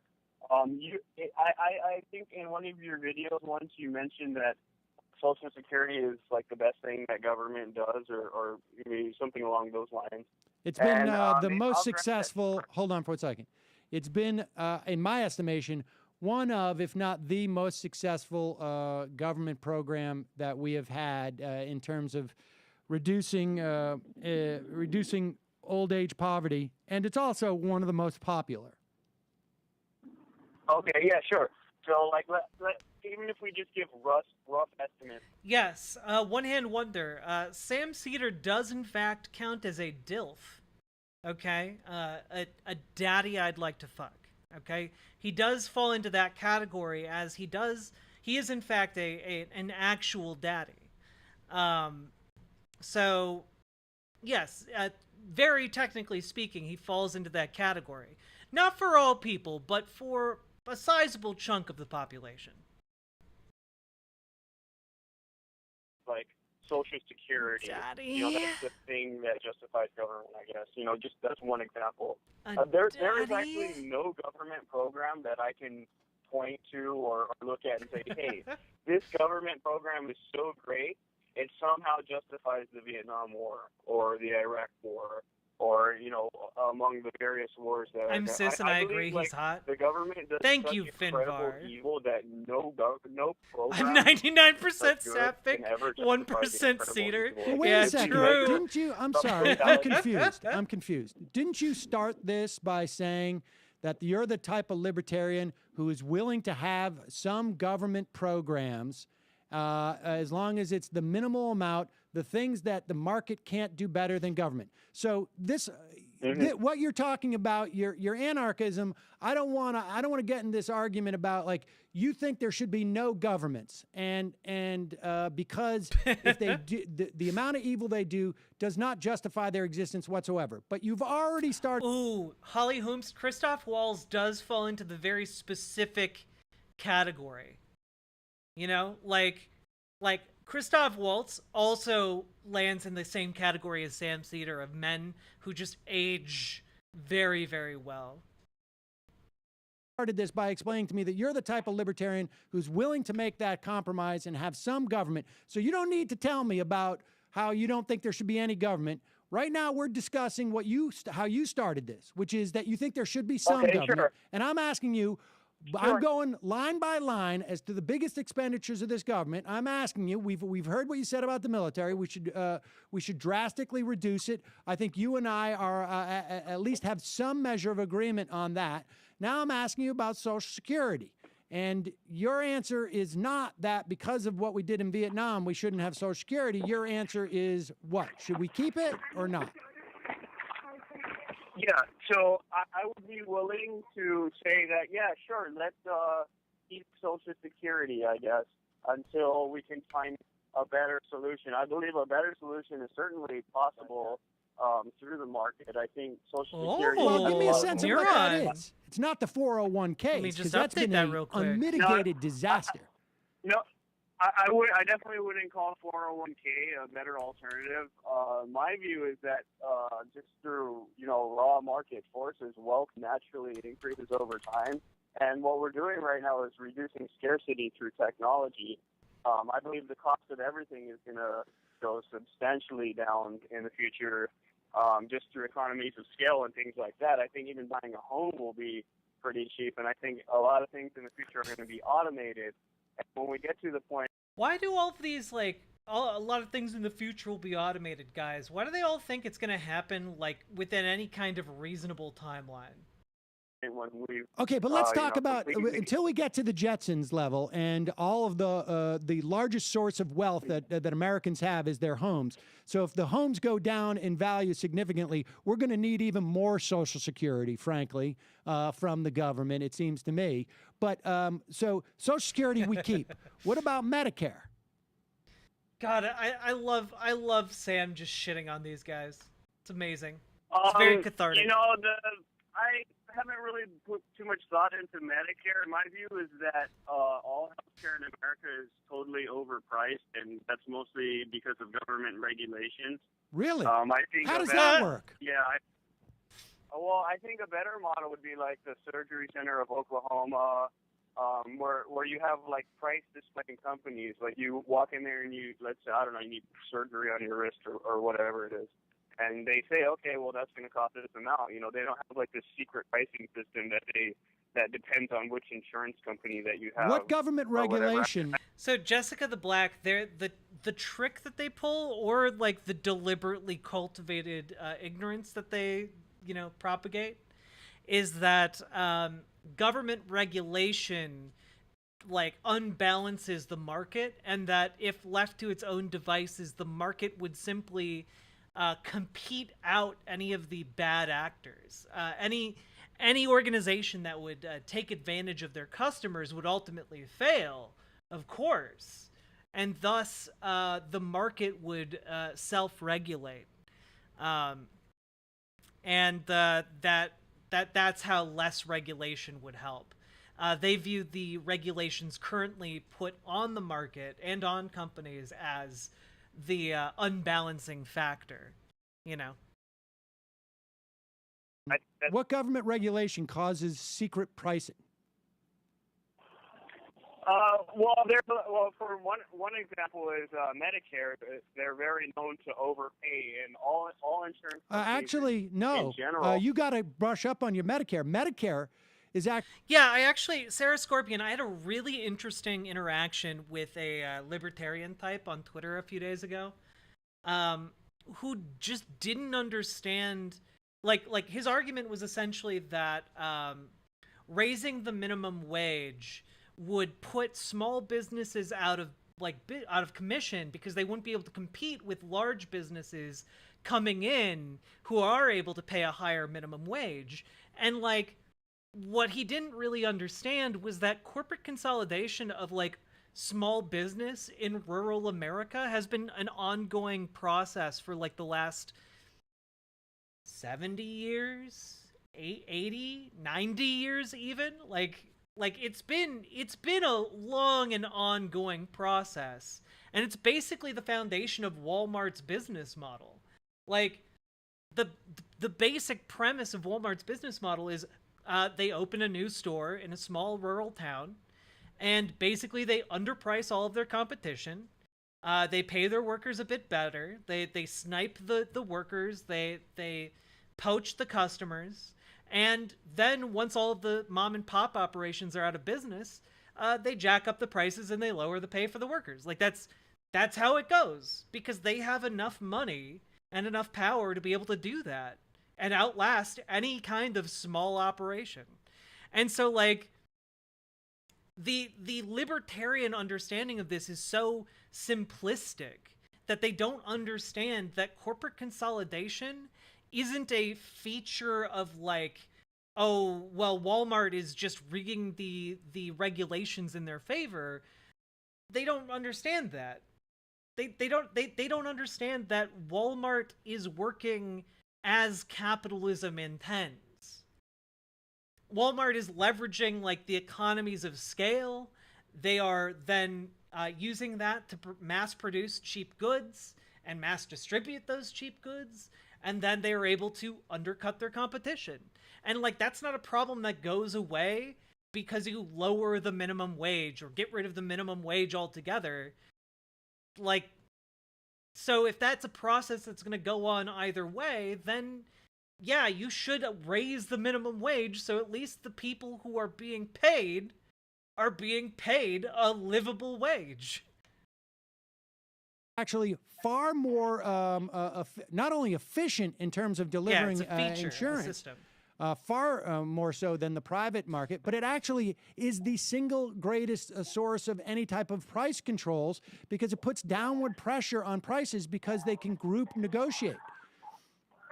Well, I don't know, because I remember watching 60 or 60/60 or whatever that show is, and this guy was getting a scooter or something, and to buy one outright was $200 or $300, but if you go through Medicare, it's $1,400, $1,500 or something silly like that. Or they would even rent it. Oh, I see what you're saying. The people who are either too fat or otherwise immobile to walk in. Yes, if you get any medical procedures and you have insurance, private or Medicare, your prices are actually higher. That's correct. But that's all insurance. So you don't think there should be any health insurance? Well, I know how this insurance thing works anyways, because I remember before you were required to have insurance, I didn't have it, and I would always pay a cash price, and the cash price was always substantially cheaper than what they were charging the insurance company. How much did you pay for your cancer medication? I'm sorry? How much did you pay for your cancer medication? Oh, I didn't have cancer. How much did you pay for your the surgery that was required after your accident? Well, I didn't have an accident. I see. And so, what kind of things were you paying for? Regular doctor visits. Do you think that you're ever going to get maybe some major medical bill at one point in your life? I hope not, but I certainly think it's possible. I hope I'll never see a massive medical bill. One of the 0.0001% of people who lives to old age and just suddenly dies of a massive heart attack. Like no other health complications, just completely manages to like Neo from the Matrix his way around any kind of major health complication. Do you think it's probable, statistically speaking? I'm sorry? Do you think it's beyond possible, like probable? Yeah, sure, it could be probable, but then... So what are you about in your mid-20s or early 20s? The surgery center of Oklahoma, you know, I think that overall that would be cheaper than, this... It certainly will be. Thing we got going. Or it certainly could be. How old are you? I'm sorry? How old are you? How old am I? 30. 30? All right. Do you have kids Yeah. yet? I didn't catch that. Do you have kids? Do I have service? Like, by the way, the website that this, or the place that this guy is talking about, like, if you just look at like any one like random procedure here, like, oh yeah, you're gonna be okay with just like a random $37,000 bill, my guy. You got $37,000 laying around. You ready to just finance that up front? Good luck, my dude. Hope you never have any spinal problems whatsoever. Children. Children, yeah. I have 2 children. Do you have health insurance for those kids? Yeah, I do. Why? Or did you? Let me ask you this: did you before the Affordable Care Act force you to? Did I defer? No, before the Affordable Care Act made it mandatory, did you have health insurance for those kids? Oh yeah, because I was in the military. You were in the military. What made me anti-war and anarchist. I used to be in the military. I see. And okay, but you don't have to get health insurance for them. Yeah, but it's really cheap and subsidized. So. But okay, but let me ask you a question: if it wasn't cheap and subsidized, would you? Say that again. If it wasn't cheap and subsidized, would you get them health insurance? I don't know. Probably. I don't think I could have afforded it otherwise. Okay, so you wouldn't have gotten them health insurance. How would that make you feel to have your kids going around without health insurance? I'd feel pretty bad about it. Yeah. So in other words, the subsidies for the I guess I'd feel pretty bad. Health insurance that gives you the peace of mind of knowing that, God forbid, one of your kids gets some type of disease where you couldn't pay in cash for it. God forbid that happens. They're protected now. So you start to begin to see the value of a government. And that doesn't mean that the government doesn't do bad things. Certainly, but then I think back to why is healthcare so expensive in the first place? And I see that as a function of government. I mean, but you can't explain to me why that's the case. You can't explain to me why that's the case. You can tell me that a scooter, Medicare pays more for that scooter than a cash purchase does, but a cash purchase also pays less than private health insurance. Well, here's the thing, like with insurance in general, but Medicare in particular, when a company knows that like a big, someone with a lot of money is going to make a payment here, they're gonna jack up the prices like immediately because they know that normal people couldn't possibly afford to pay like $300 or $400 just to see the doctor and get a checkup. So are you suggesting? Insurance companies certainly can. So are you suggesting So that they'll charge them that. without Medicare, prices of medical service would go down? That's what you're suggesting. Well, I think most of the regulations in healthcare, I think that's what causes the cost to be so high. What regulations? Like you need to clean syringes at the doctor's office? I mean, what regulations are you talking about that raises the price? I think it's a lot of the paperwork here is kind of ridiculous because that's why we have things like medical tourism. It's just cheaper to do it in other countries. And, like if you want to go to Thailand for I wonder why it's cheaper to do in other countries, Fivehead. similar service, it's going to cost way more in America. Right. And I think that's mostly due to government regulations. Really? But you can't explain how that's the case. Well, there's a few mechanisms. For example, if you want to talk about like prescriptions and stuff, I believe that's caused by government and patents. If people aren't allowed or legally allowed to make generic versions or knockoffs. Yeah, I think there's something. There's truth. I think there's some truth to that. But I mean, so you would. I think you and I would both agree on patent reform. That's fine. Okay. But yeah, you know who would provide patent reform? You know who would provide that patent reform, right? It would be government. Becoming a doctor in America is ridiculous. Like the amount of money that you have to pay for college here. Well, college is in a bubble itself. That's another topic we could talk about. Let's talk about Thailand for a second. You realize Thailand has a universal health care coverage scheme that is implemented by their government. Yeah, and honestly, I think single payer would actually be better than what we have now with Obamacare. It's not ideal. Well, I agree with you. Just better. It's just better. That's all I'll say. You know who's promoting? You know who the one candidate? It's optimal. You know who the one candidate in the entire race, Republican, Democrat, anybody? Well, or there's actually two, if you want to include the Green Party, who are promoting a single-payer health care insurance. It's not the Libertarian candidate, Rand Paul. It is the Socialist candidate running as a Democrat, Bernie Sanders. Hell yeah. Hell yeah. I mean, I'd have to see the two of them in a debate, but I'm very... Dude, I got news for you. You're not a libertarian. You're a socialist. Well, and you know what? I applaud that. I'm equally likely to vote for Bernie Sanders as I am Rand Paul. I mean, it really should be more.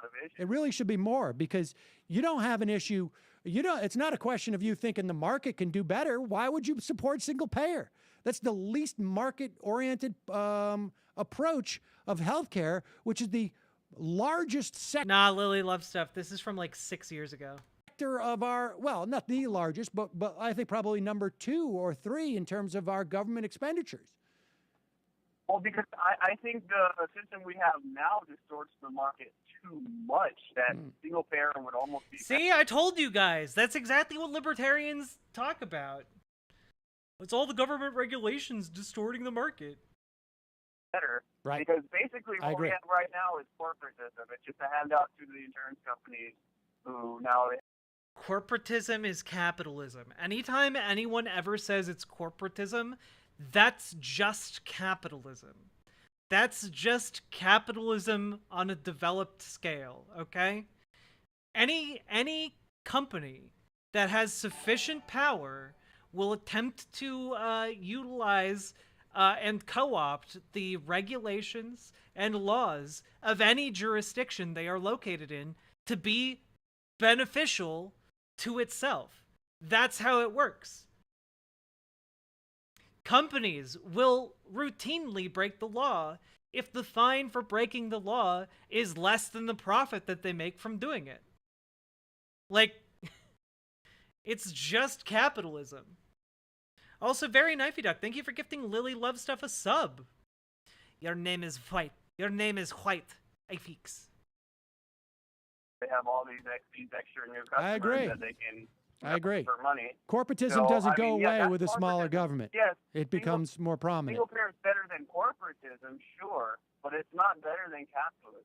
Right, and where is that capitalist exists? Not Thailand that you're talking. Rainy Delaney, we will eliminate them. Fear the white name. The dark is full of blips of white and terror. About because that's a government run healthcare. Where does that free market medicine delivery system work outside of like Somalia? Say that again. I'm sorry. All right. Well, I got to go, but I appreciate the fact that you're enjoying the socialized medicine of the military. You deserve it, but you know what? We all deserve it.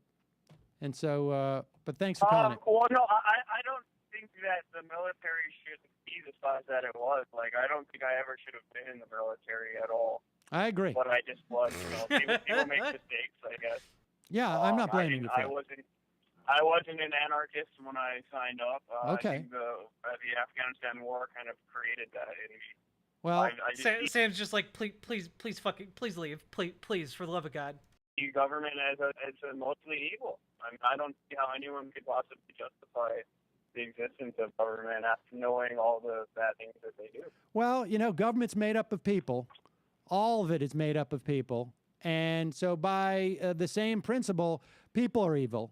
And if people are evil, then there's no point to any people. And then we're basically you got to also be pro-orb. So I appreciate the phone call. If people are evil, then you better get some big ass rocks you could throw at other people, okay? Okay, thanks, Tom. I mean, I agree. War is bad. And governments do some pretty evil things. And our government does some pretty evil things. There's no connection. Did he say between pro-orb? that truth I think he and did. the I idea don't know what that that you means. should then be against the government doing good things.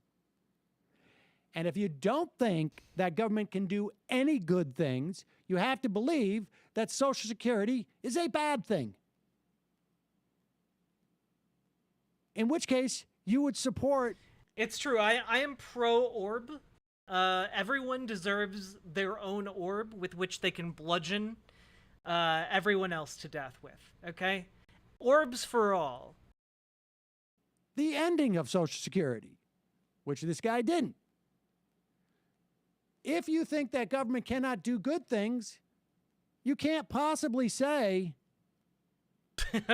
I would want single payer over a market-based system that we have now, because by the way that you think, if the market is bad in this instance, then it's going to be even more bad if there's more of it. But all right. Thank you, Sam, for that little interlude. All right, folks, it's time for us to talk about some serious business. So, folks, there's a place in Texas named Allen, and there's a mall in Allen, an outlet mall.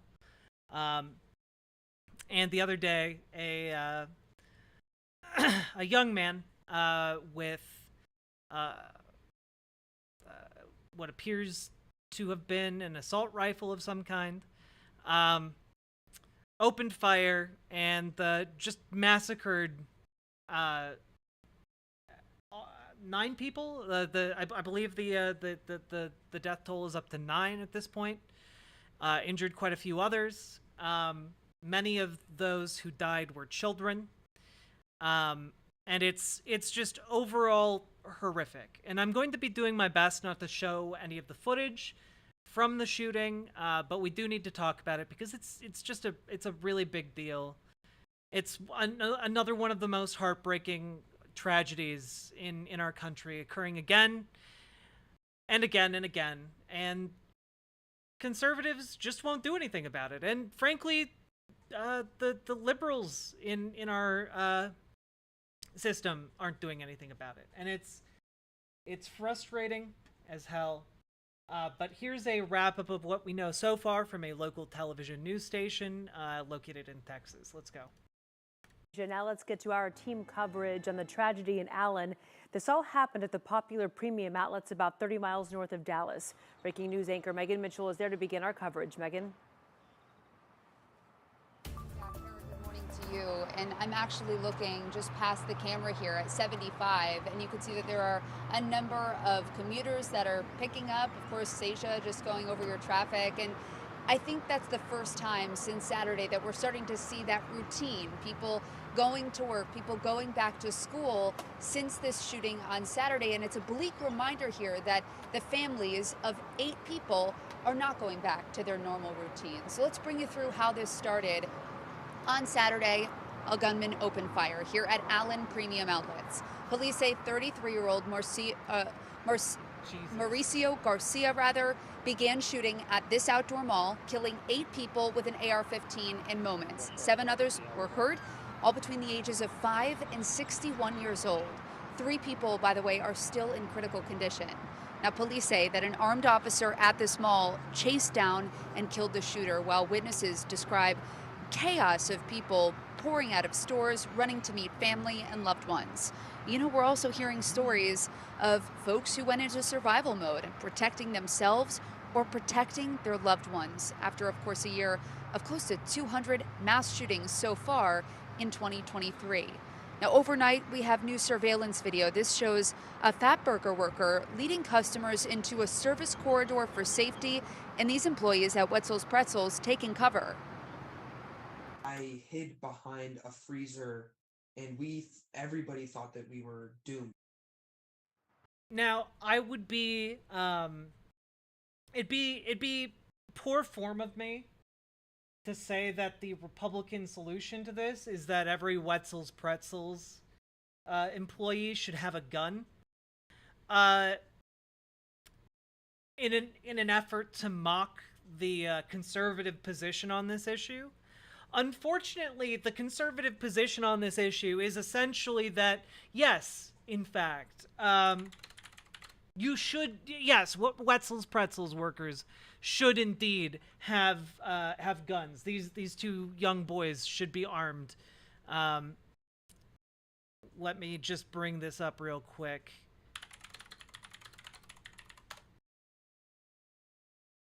Yeah.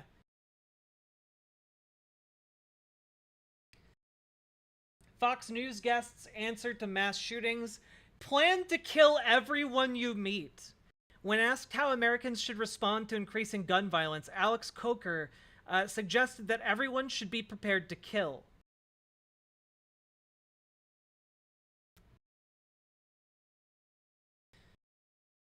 This time at a mall in Allen, Texas, where a gunman killed at least 8 people, a Fox News guest recommended that Americans who fear they may be a victim of the next shooting should be polite and professional, but plan to kill everyone you meet. That is a direct fucking quote. That is a direct fucking quote that Fox News aired to its audience of millions of conservatives. And you know what? They genuinely think that that is what we should all do. And just like General Mathis once said, be polite, be professional, but have a plan to kill everyone you meet, because you never know. If you're at your workplace, your business workplace, something you might say could possibly cause someone to snap because they've had a very bad day. This is literally during the coverage, during live footage of people trying to escape this mall. They have this guy on to talk about how you need to plan to kill everyone you meet. You don't know what kind of day someone's had, and your words can make the difference between someone having a good day or a bad day. So always speak with kind words to somebody, and your words can make a difference. The fuck. Yes, speak with kind words to people, because your words might be able to brighten their day, or they might be insane and try and kill you. Like, what the fuck are you talking about, dude? Absolute unhinged shit.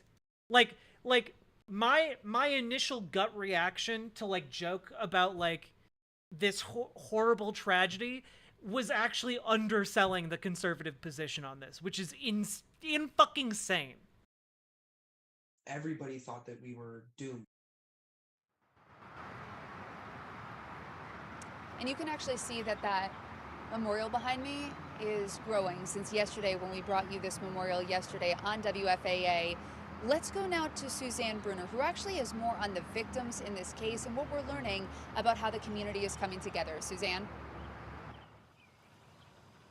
Yeah, hi, Megan. This tragedy being felt across the city of Allen, including here at Green Elementary, where in just a couple of hours, students and staff will come together for a moment of silence, and they're doing this along with 2 other elementary schools in the community. Now, 2 of the 8 people killed Saturday have been identified by their loved ones, 20-year-old Christian Lacour and Aishwarya Thatikonda. Lacour was working as a security guard at the time of the shooting at the outlets. His family said he lived in Farmersville, which is east of Allen. On Facebook, Lacour's mother said she and the family are broken. And I quote, "He's my baby, my light, my peace, and he's gone." Aishwarya Thatikonda was out at the mall Saturday with a friend, and she was shopping for her 28th birthday.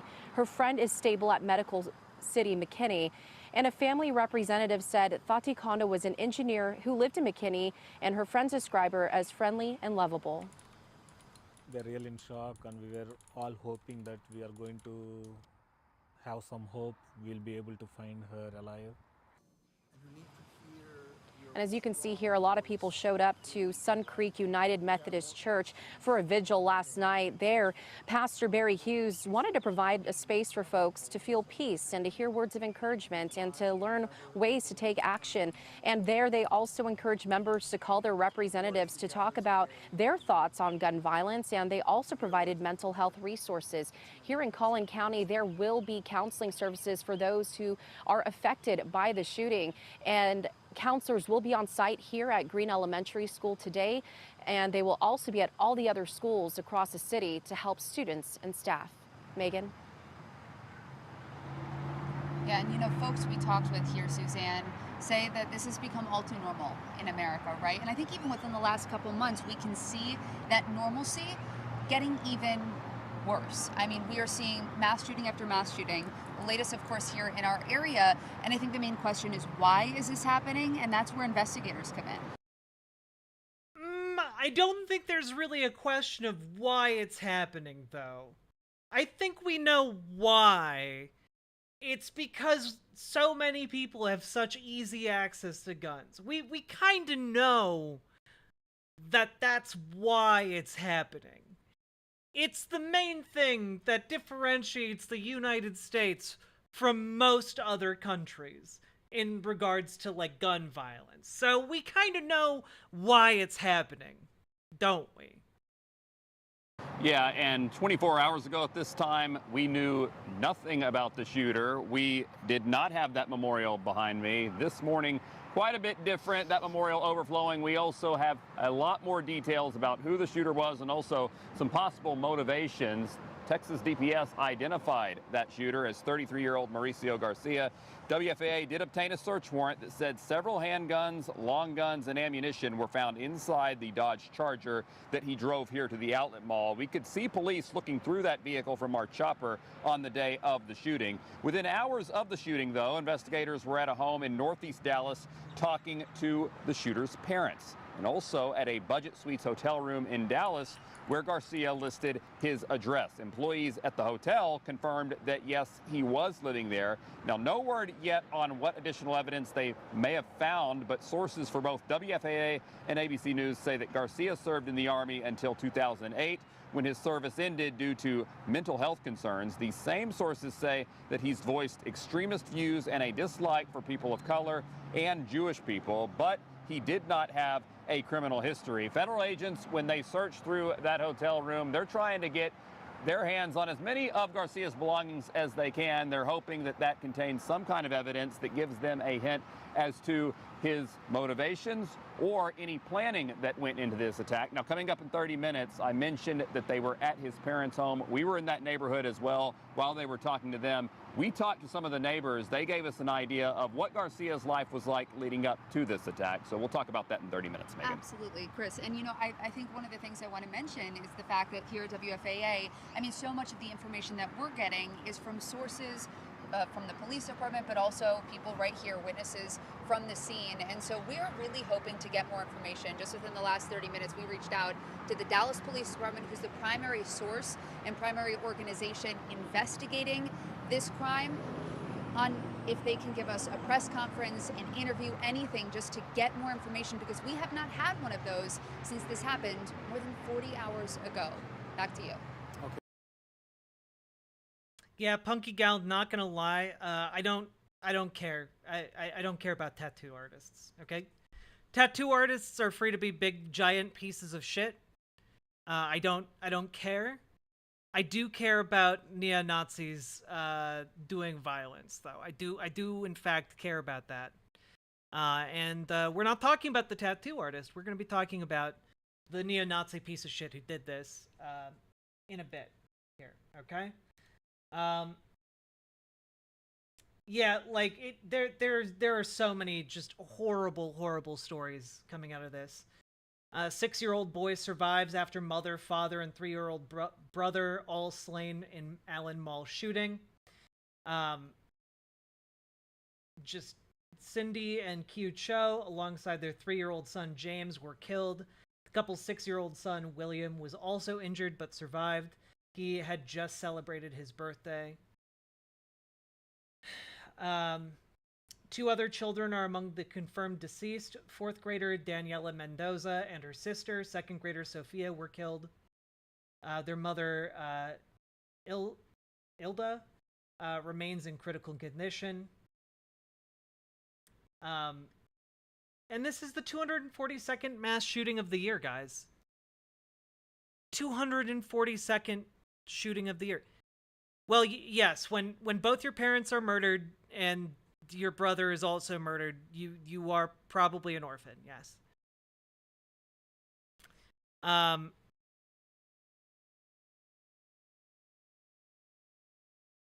It's only May 8th. Yeah, it's the 242nd mass shooting of 2023. And this is just something that our legislators expect us to put up with. Day after day, basically every 2 days, there's at least one mass shooting, you know, but like, nah, there are so many more than that, you know, like holy shit. Just yesterday, suspect arrested after 1 killed and 6 injured in Mississippi restaurant shooting. Guy just went in and shot up a restaurant. And wound up shooting 7 people, killing 1 of them. Like, why? Well, let's see.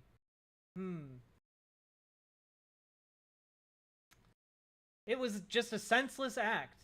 Meaning, like, it was an intentional shooting, but, like, It was an intentional attack for why? Who knows? It really doesn't matter because guess what? In America, anyone can do something this horrible for literally any reason. Doesn't matter. Maybe someone cut them off in traffic. Maybe they hated the restaurant because it was too noisy. Maybe they just didn't get the seat they wanted that day. Really doesn't matter. Okay?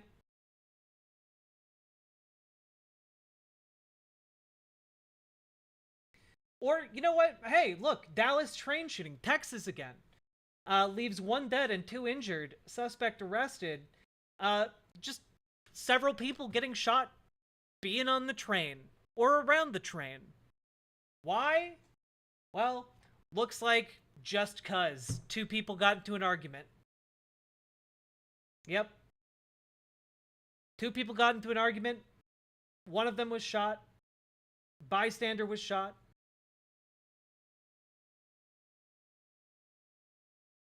Like, it's just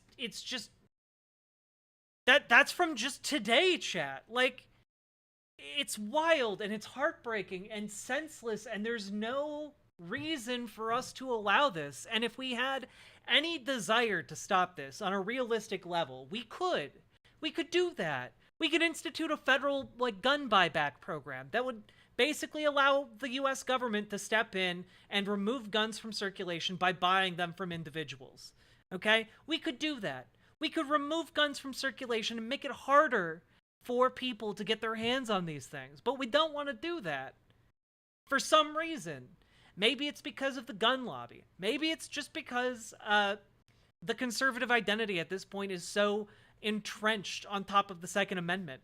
But, like, we could do it. There are solutions to this problem.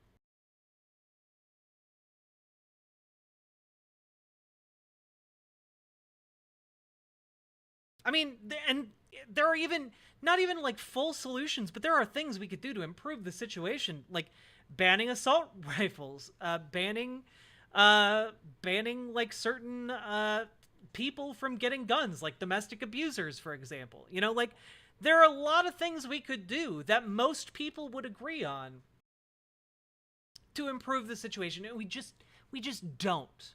We just don't do it. And it's just heartbreaking.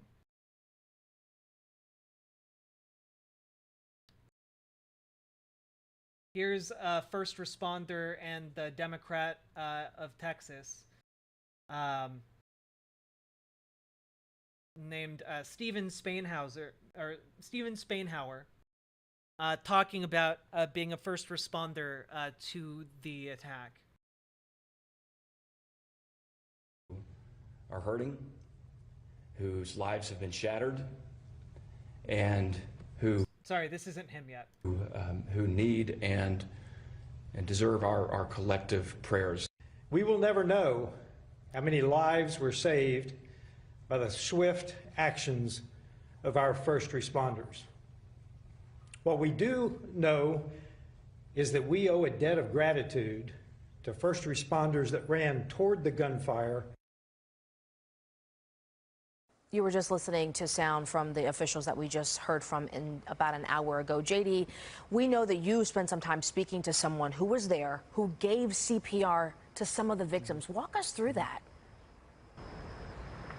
Yeah, Nicole, we are hearing tonight from the first time from someone who desperately rushed to the aid of those dying and wounded.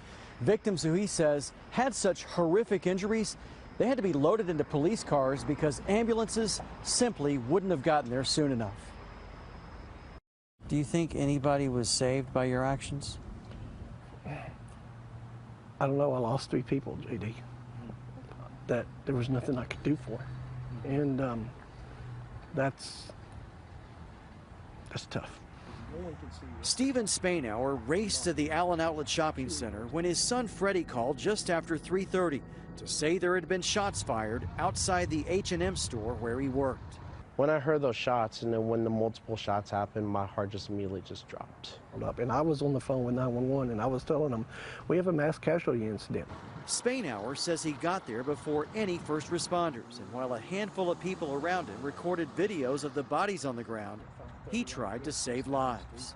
I never imagined in 100 years I would be thrust into the position of being the first responder on the site to take care of people.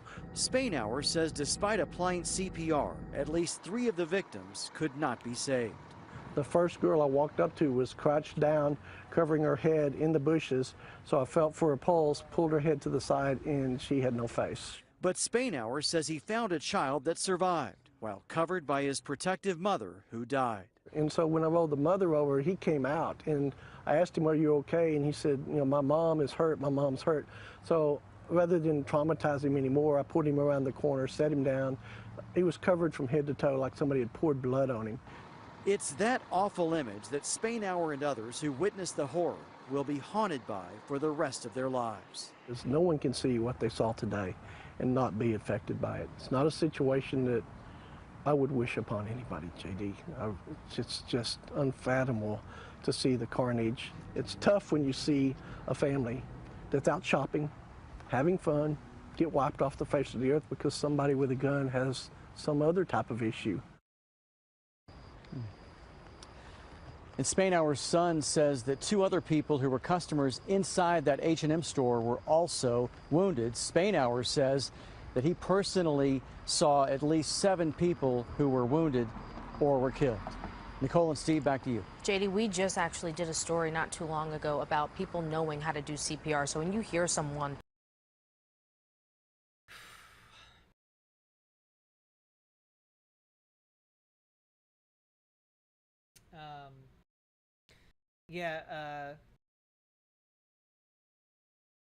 this guy seems like a real class act, by the way. Stephen Spainhauer, Collin County, Texas Democrat. And he tweeted earlier, Sorry, I'm getting a little choked up.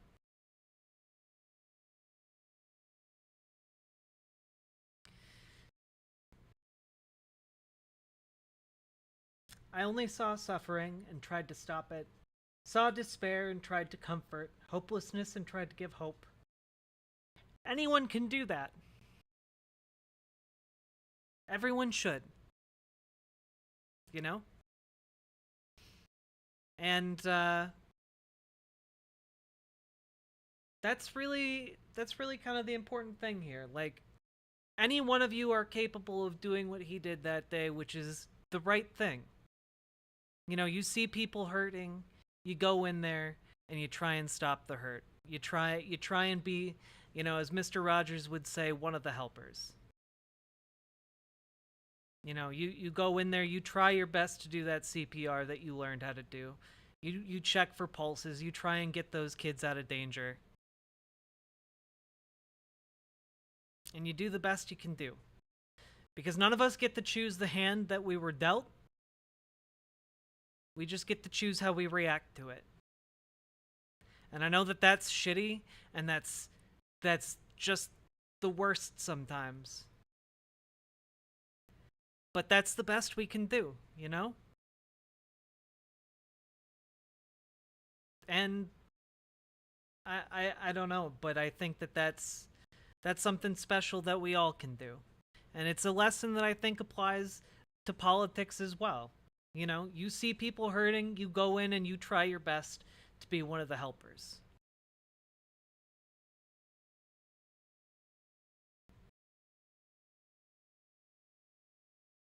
And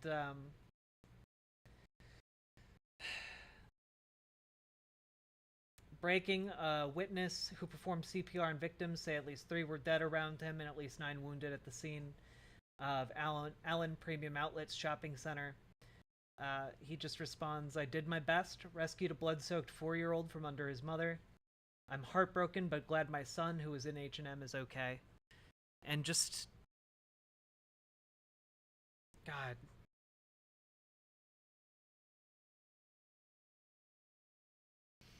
Yeah, for those of you in the Twitch chat who need this link, Stop the Bleed. There's an online course you can take to learn how to properly do some field emergency care, just in case. Good to have in your back pocket, you know.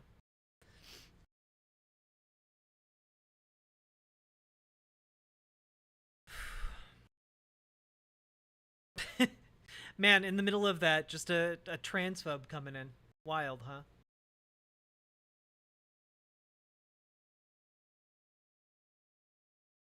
You know, no matter what I do, no matter what story I'm covering, they always just want to take a moment to get real upset about the fact that I'm a trans person and I exist.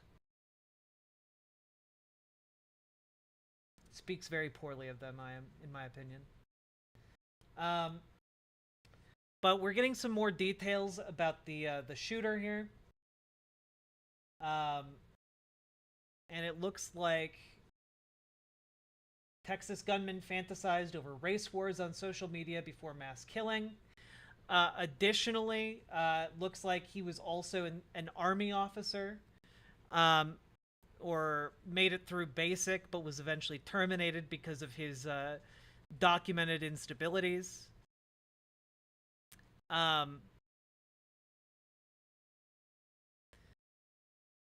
And we're getting more information, of course, as time goes on. This account here, Eric Toller, researcher in training over at Bellingcat, found the Russian social media profile of the Allen, Texas shooter. Found his YouTube account, found a bunch of his social media, and did some digging through it for us to take a look at. So, most recent post on his profile is basically his manifesto / suicide note. He closes it with a quote from South Park.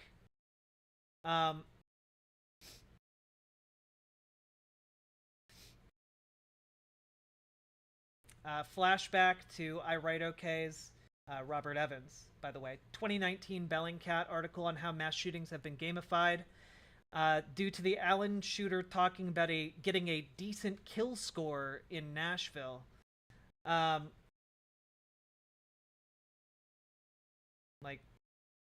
just absolute insanity here.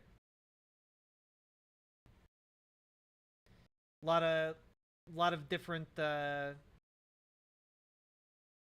slurs. You got the incel talk.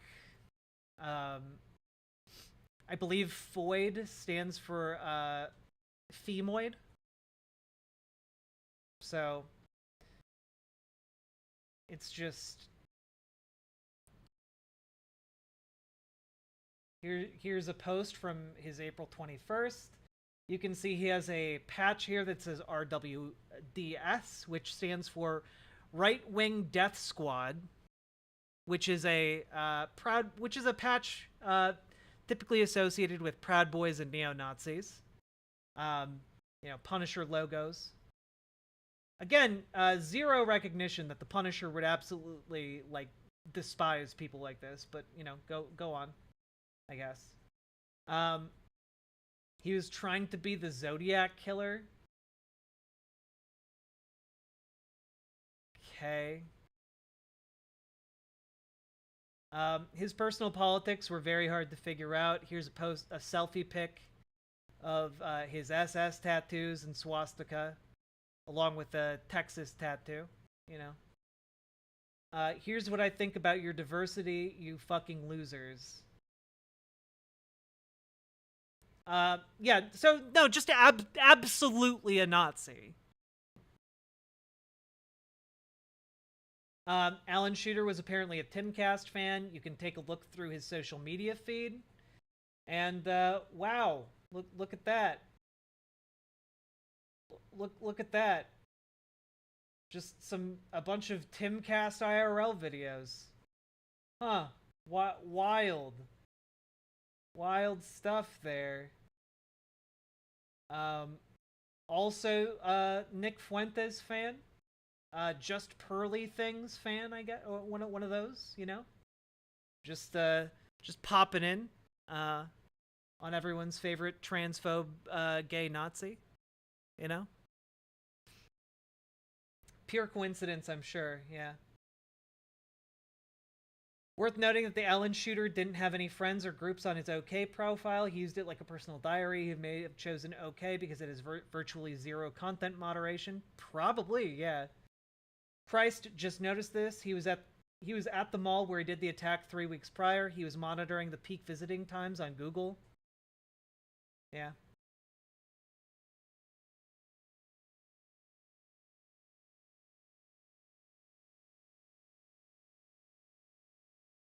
Receipt for the kit that the Allen, Texas shooter bought back in 2020. Posted a few weeks before the shooting. He also posted photos of his weapons. Boxes upon boxes of ammunition that he apparently received a few weeks before the shooting. Guess we'll never know if this guy was a liberal or a fascist or anything else. Yeah. My kind of people, he says on the VW Volkswagen branded with all of the Nazi shit.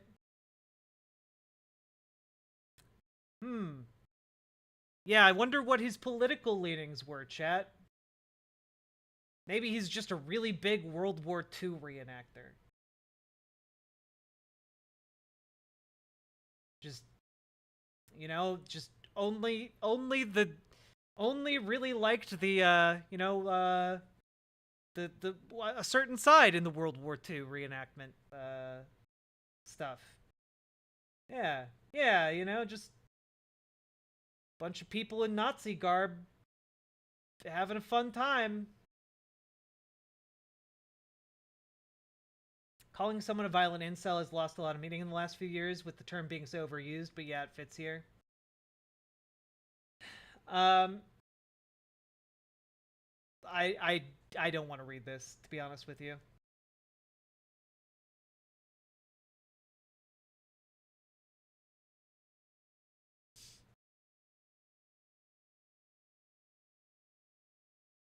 Let's see.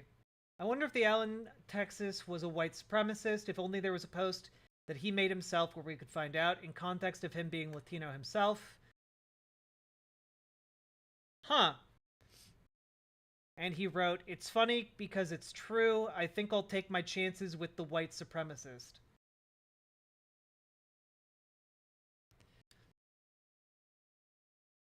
Literally called himself a white supremacist.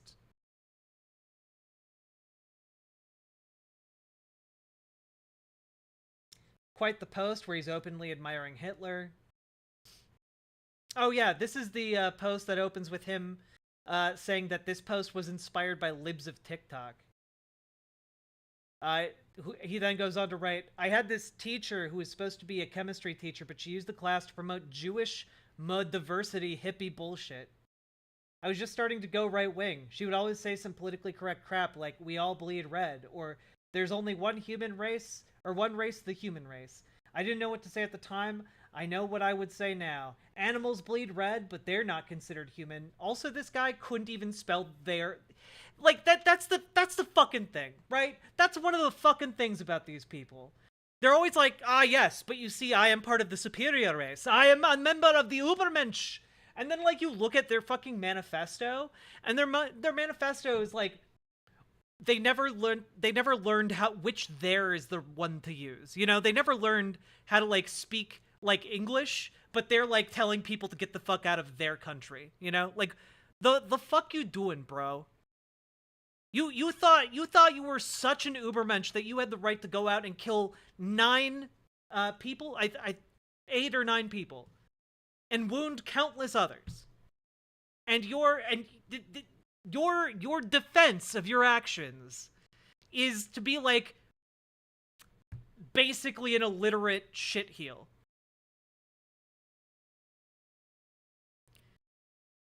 Is he talking about high school? Yes, he's talking about high school. He's a 33-year-old man who peaked in high school, and he's still mad about it. Or was still mad about it. Let's see. If there's only one race, the human race, how is it possible for anyone to be racist? Checkmate, liberals. I was sick of hearing her bullshit. One day, just for fun, I did the Roman salute. She got butthurt as hell. Gotcha. She said, "Don't even get me started on that, evil man. I'm getting you started. I did it a couple more times. She said if I do it again, I'm going to get detention. Thank God I'm not in Germany, where the punishment would have been a lot harsher. Like a week later, I was walking into class. PC teacher says, 'Hi, how are you?' I said, 'Final solution.' Just like that, I ruined her good mood. She went off on me. 'How dare you be a Hitler supporter? He would cheerfully kill your non-blonde hair, no blue eyes having behind. You're not even white.'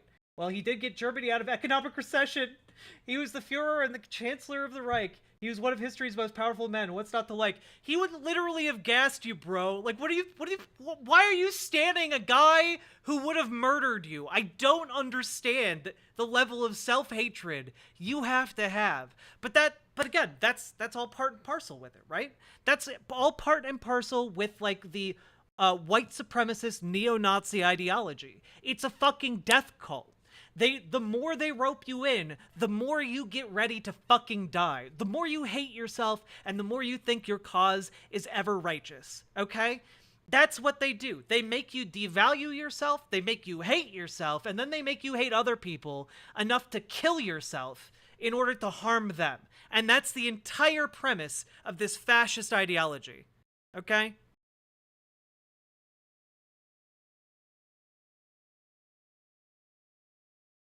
Jabek, I'm not really interested in arguing about the finer points of what Hitler would or would not have done to a minority shitheel, okay?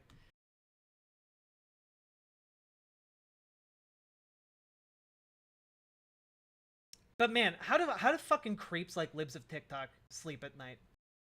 For real.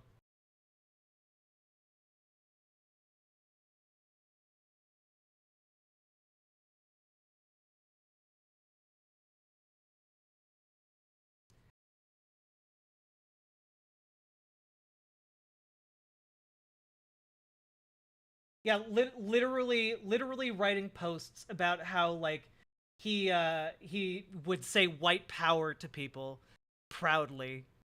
And then they'd point out that he's Hispanic. But how could he be a white supremacist? Because it fucking happens. Literally, some of the leading figures of, like, white nationalist movements are, like, you know, they're like Puerto Rican, or like, Cuban, or they're like Venezuelan, and they think that they are white enough to be part of white nationalist movements. And they are fucking saps. Because as soon as those whites that they stand so hard get into power, they're the ones who get kicked out too.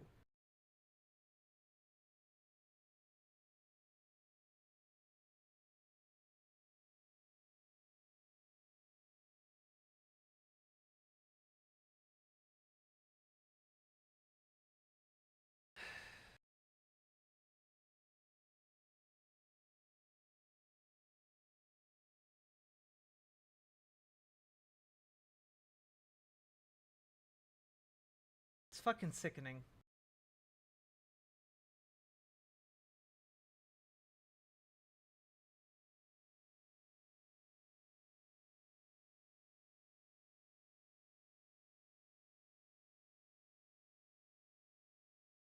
His ideology will forever be a mystery. Posting pictures of Pinochet. Pictures of Nazis. Pictures of Nazis. Pictures of Nazis. Gee, I wonder. He also posted a handwritten personal diary. Everything I've seen shows that this is about the most textbook mass shooter you'll ever find. And he tells you about it every step of the way. He'll be a reference point for decades on mass shooters because he shared so much. Yeah. God. And Clarice, I will call you back in a few minutes. But yeah, it's pretty fucking awful, guys. And I don't really have any closing thoughts. I don't really have any solace to offer you. It's just all bad. It's just bad. A horrible thing happened. Very little is going to be done about it. Though, surprisingly, Texas's House has a committee, a House committee in Texas has given the green light to raising the age requirement for assault rifles. So that's something. We'll see if it gets any actual traction to become law in Texas, but I doubt it.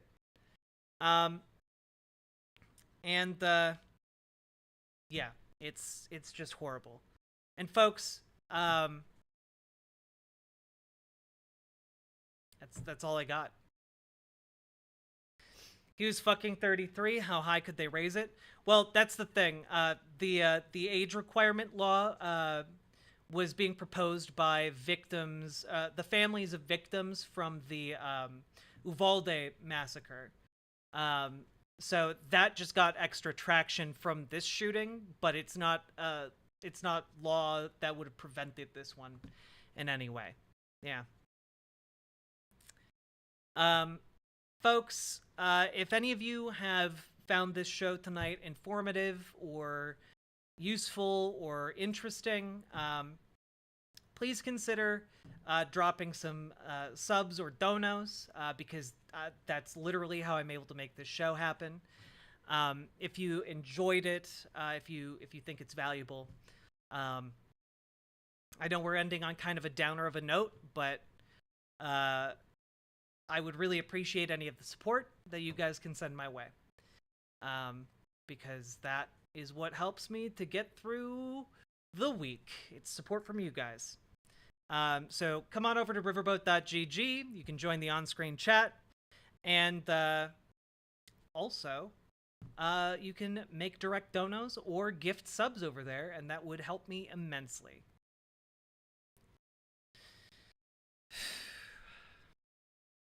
Fuck, guys.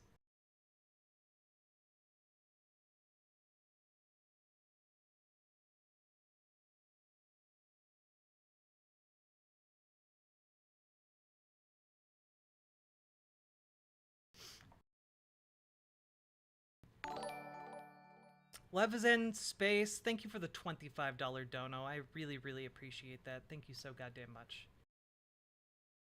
This country makes me sad. This country makes me mad, and I think it makes me the most mad because I know we can be better. You know, I know we can be so much better. I was driving here to stream today, and the sun was out, and it was shining, and the grass was green, and the flowers were blooming, and I know we can be so much better. We can be so much better than a decimated, like, corporatist hellscape. We can be so much better than blood-soaked outlet malls. We can be so much better than what we are right now, and it is infuriating that every day we are not that place, and that we fall so short of what we could be. And that's why it's really important for us to stay mad, to stay motivated, to be upset, and to feel those feelings, and then to get out there and roll up our sleeves and do something about it. Because it's not enough for us to simply be aware of these problems. We have to actually do something to stop them. And the doing part is hard. But we can do that. We can do hard things. We can work towards a sun-soaked future that is better than anything any individual one of us could ever possibly imagine. We can do that.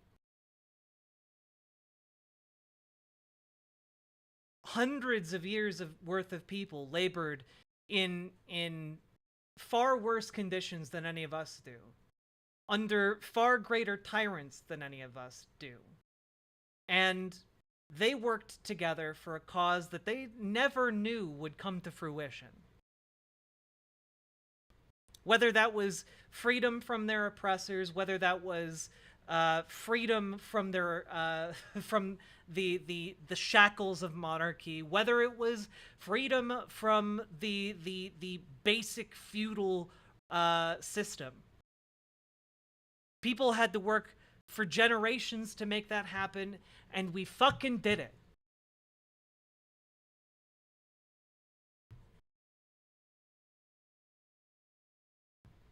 We can do hard things.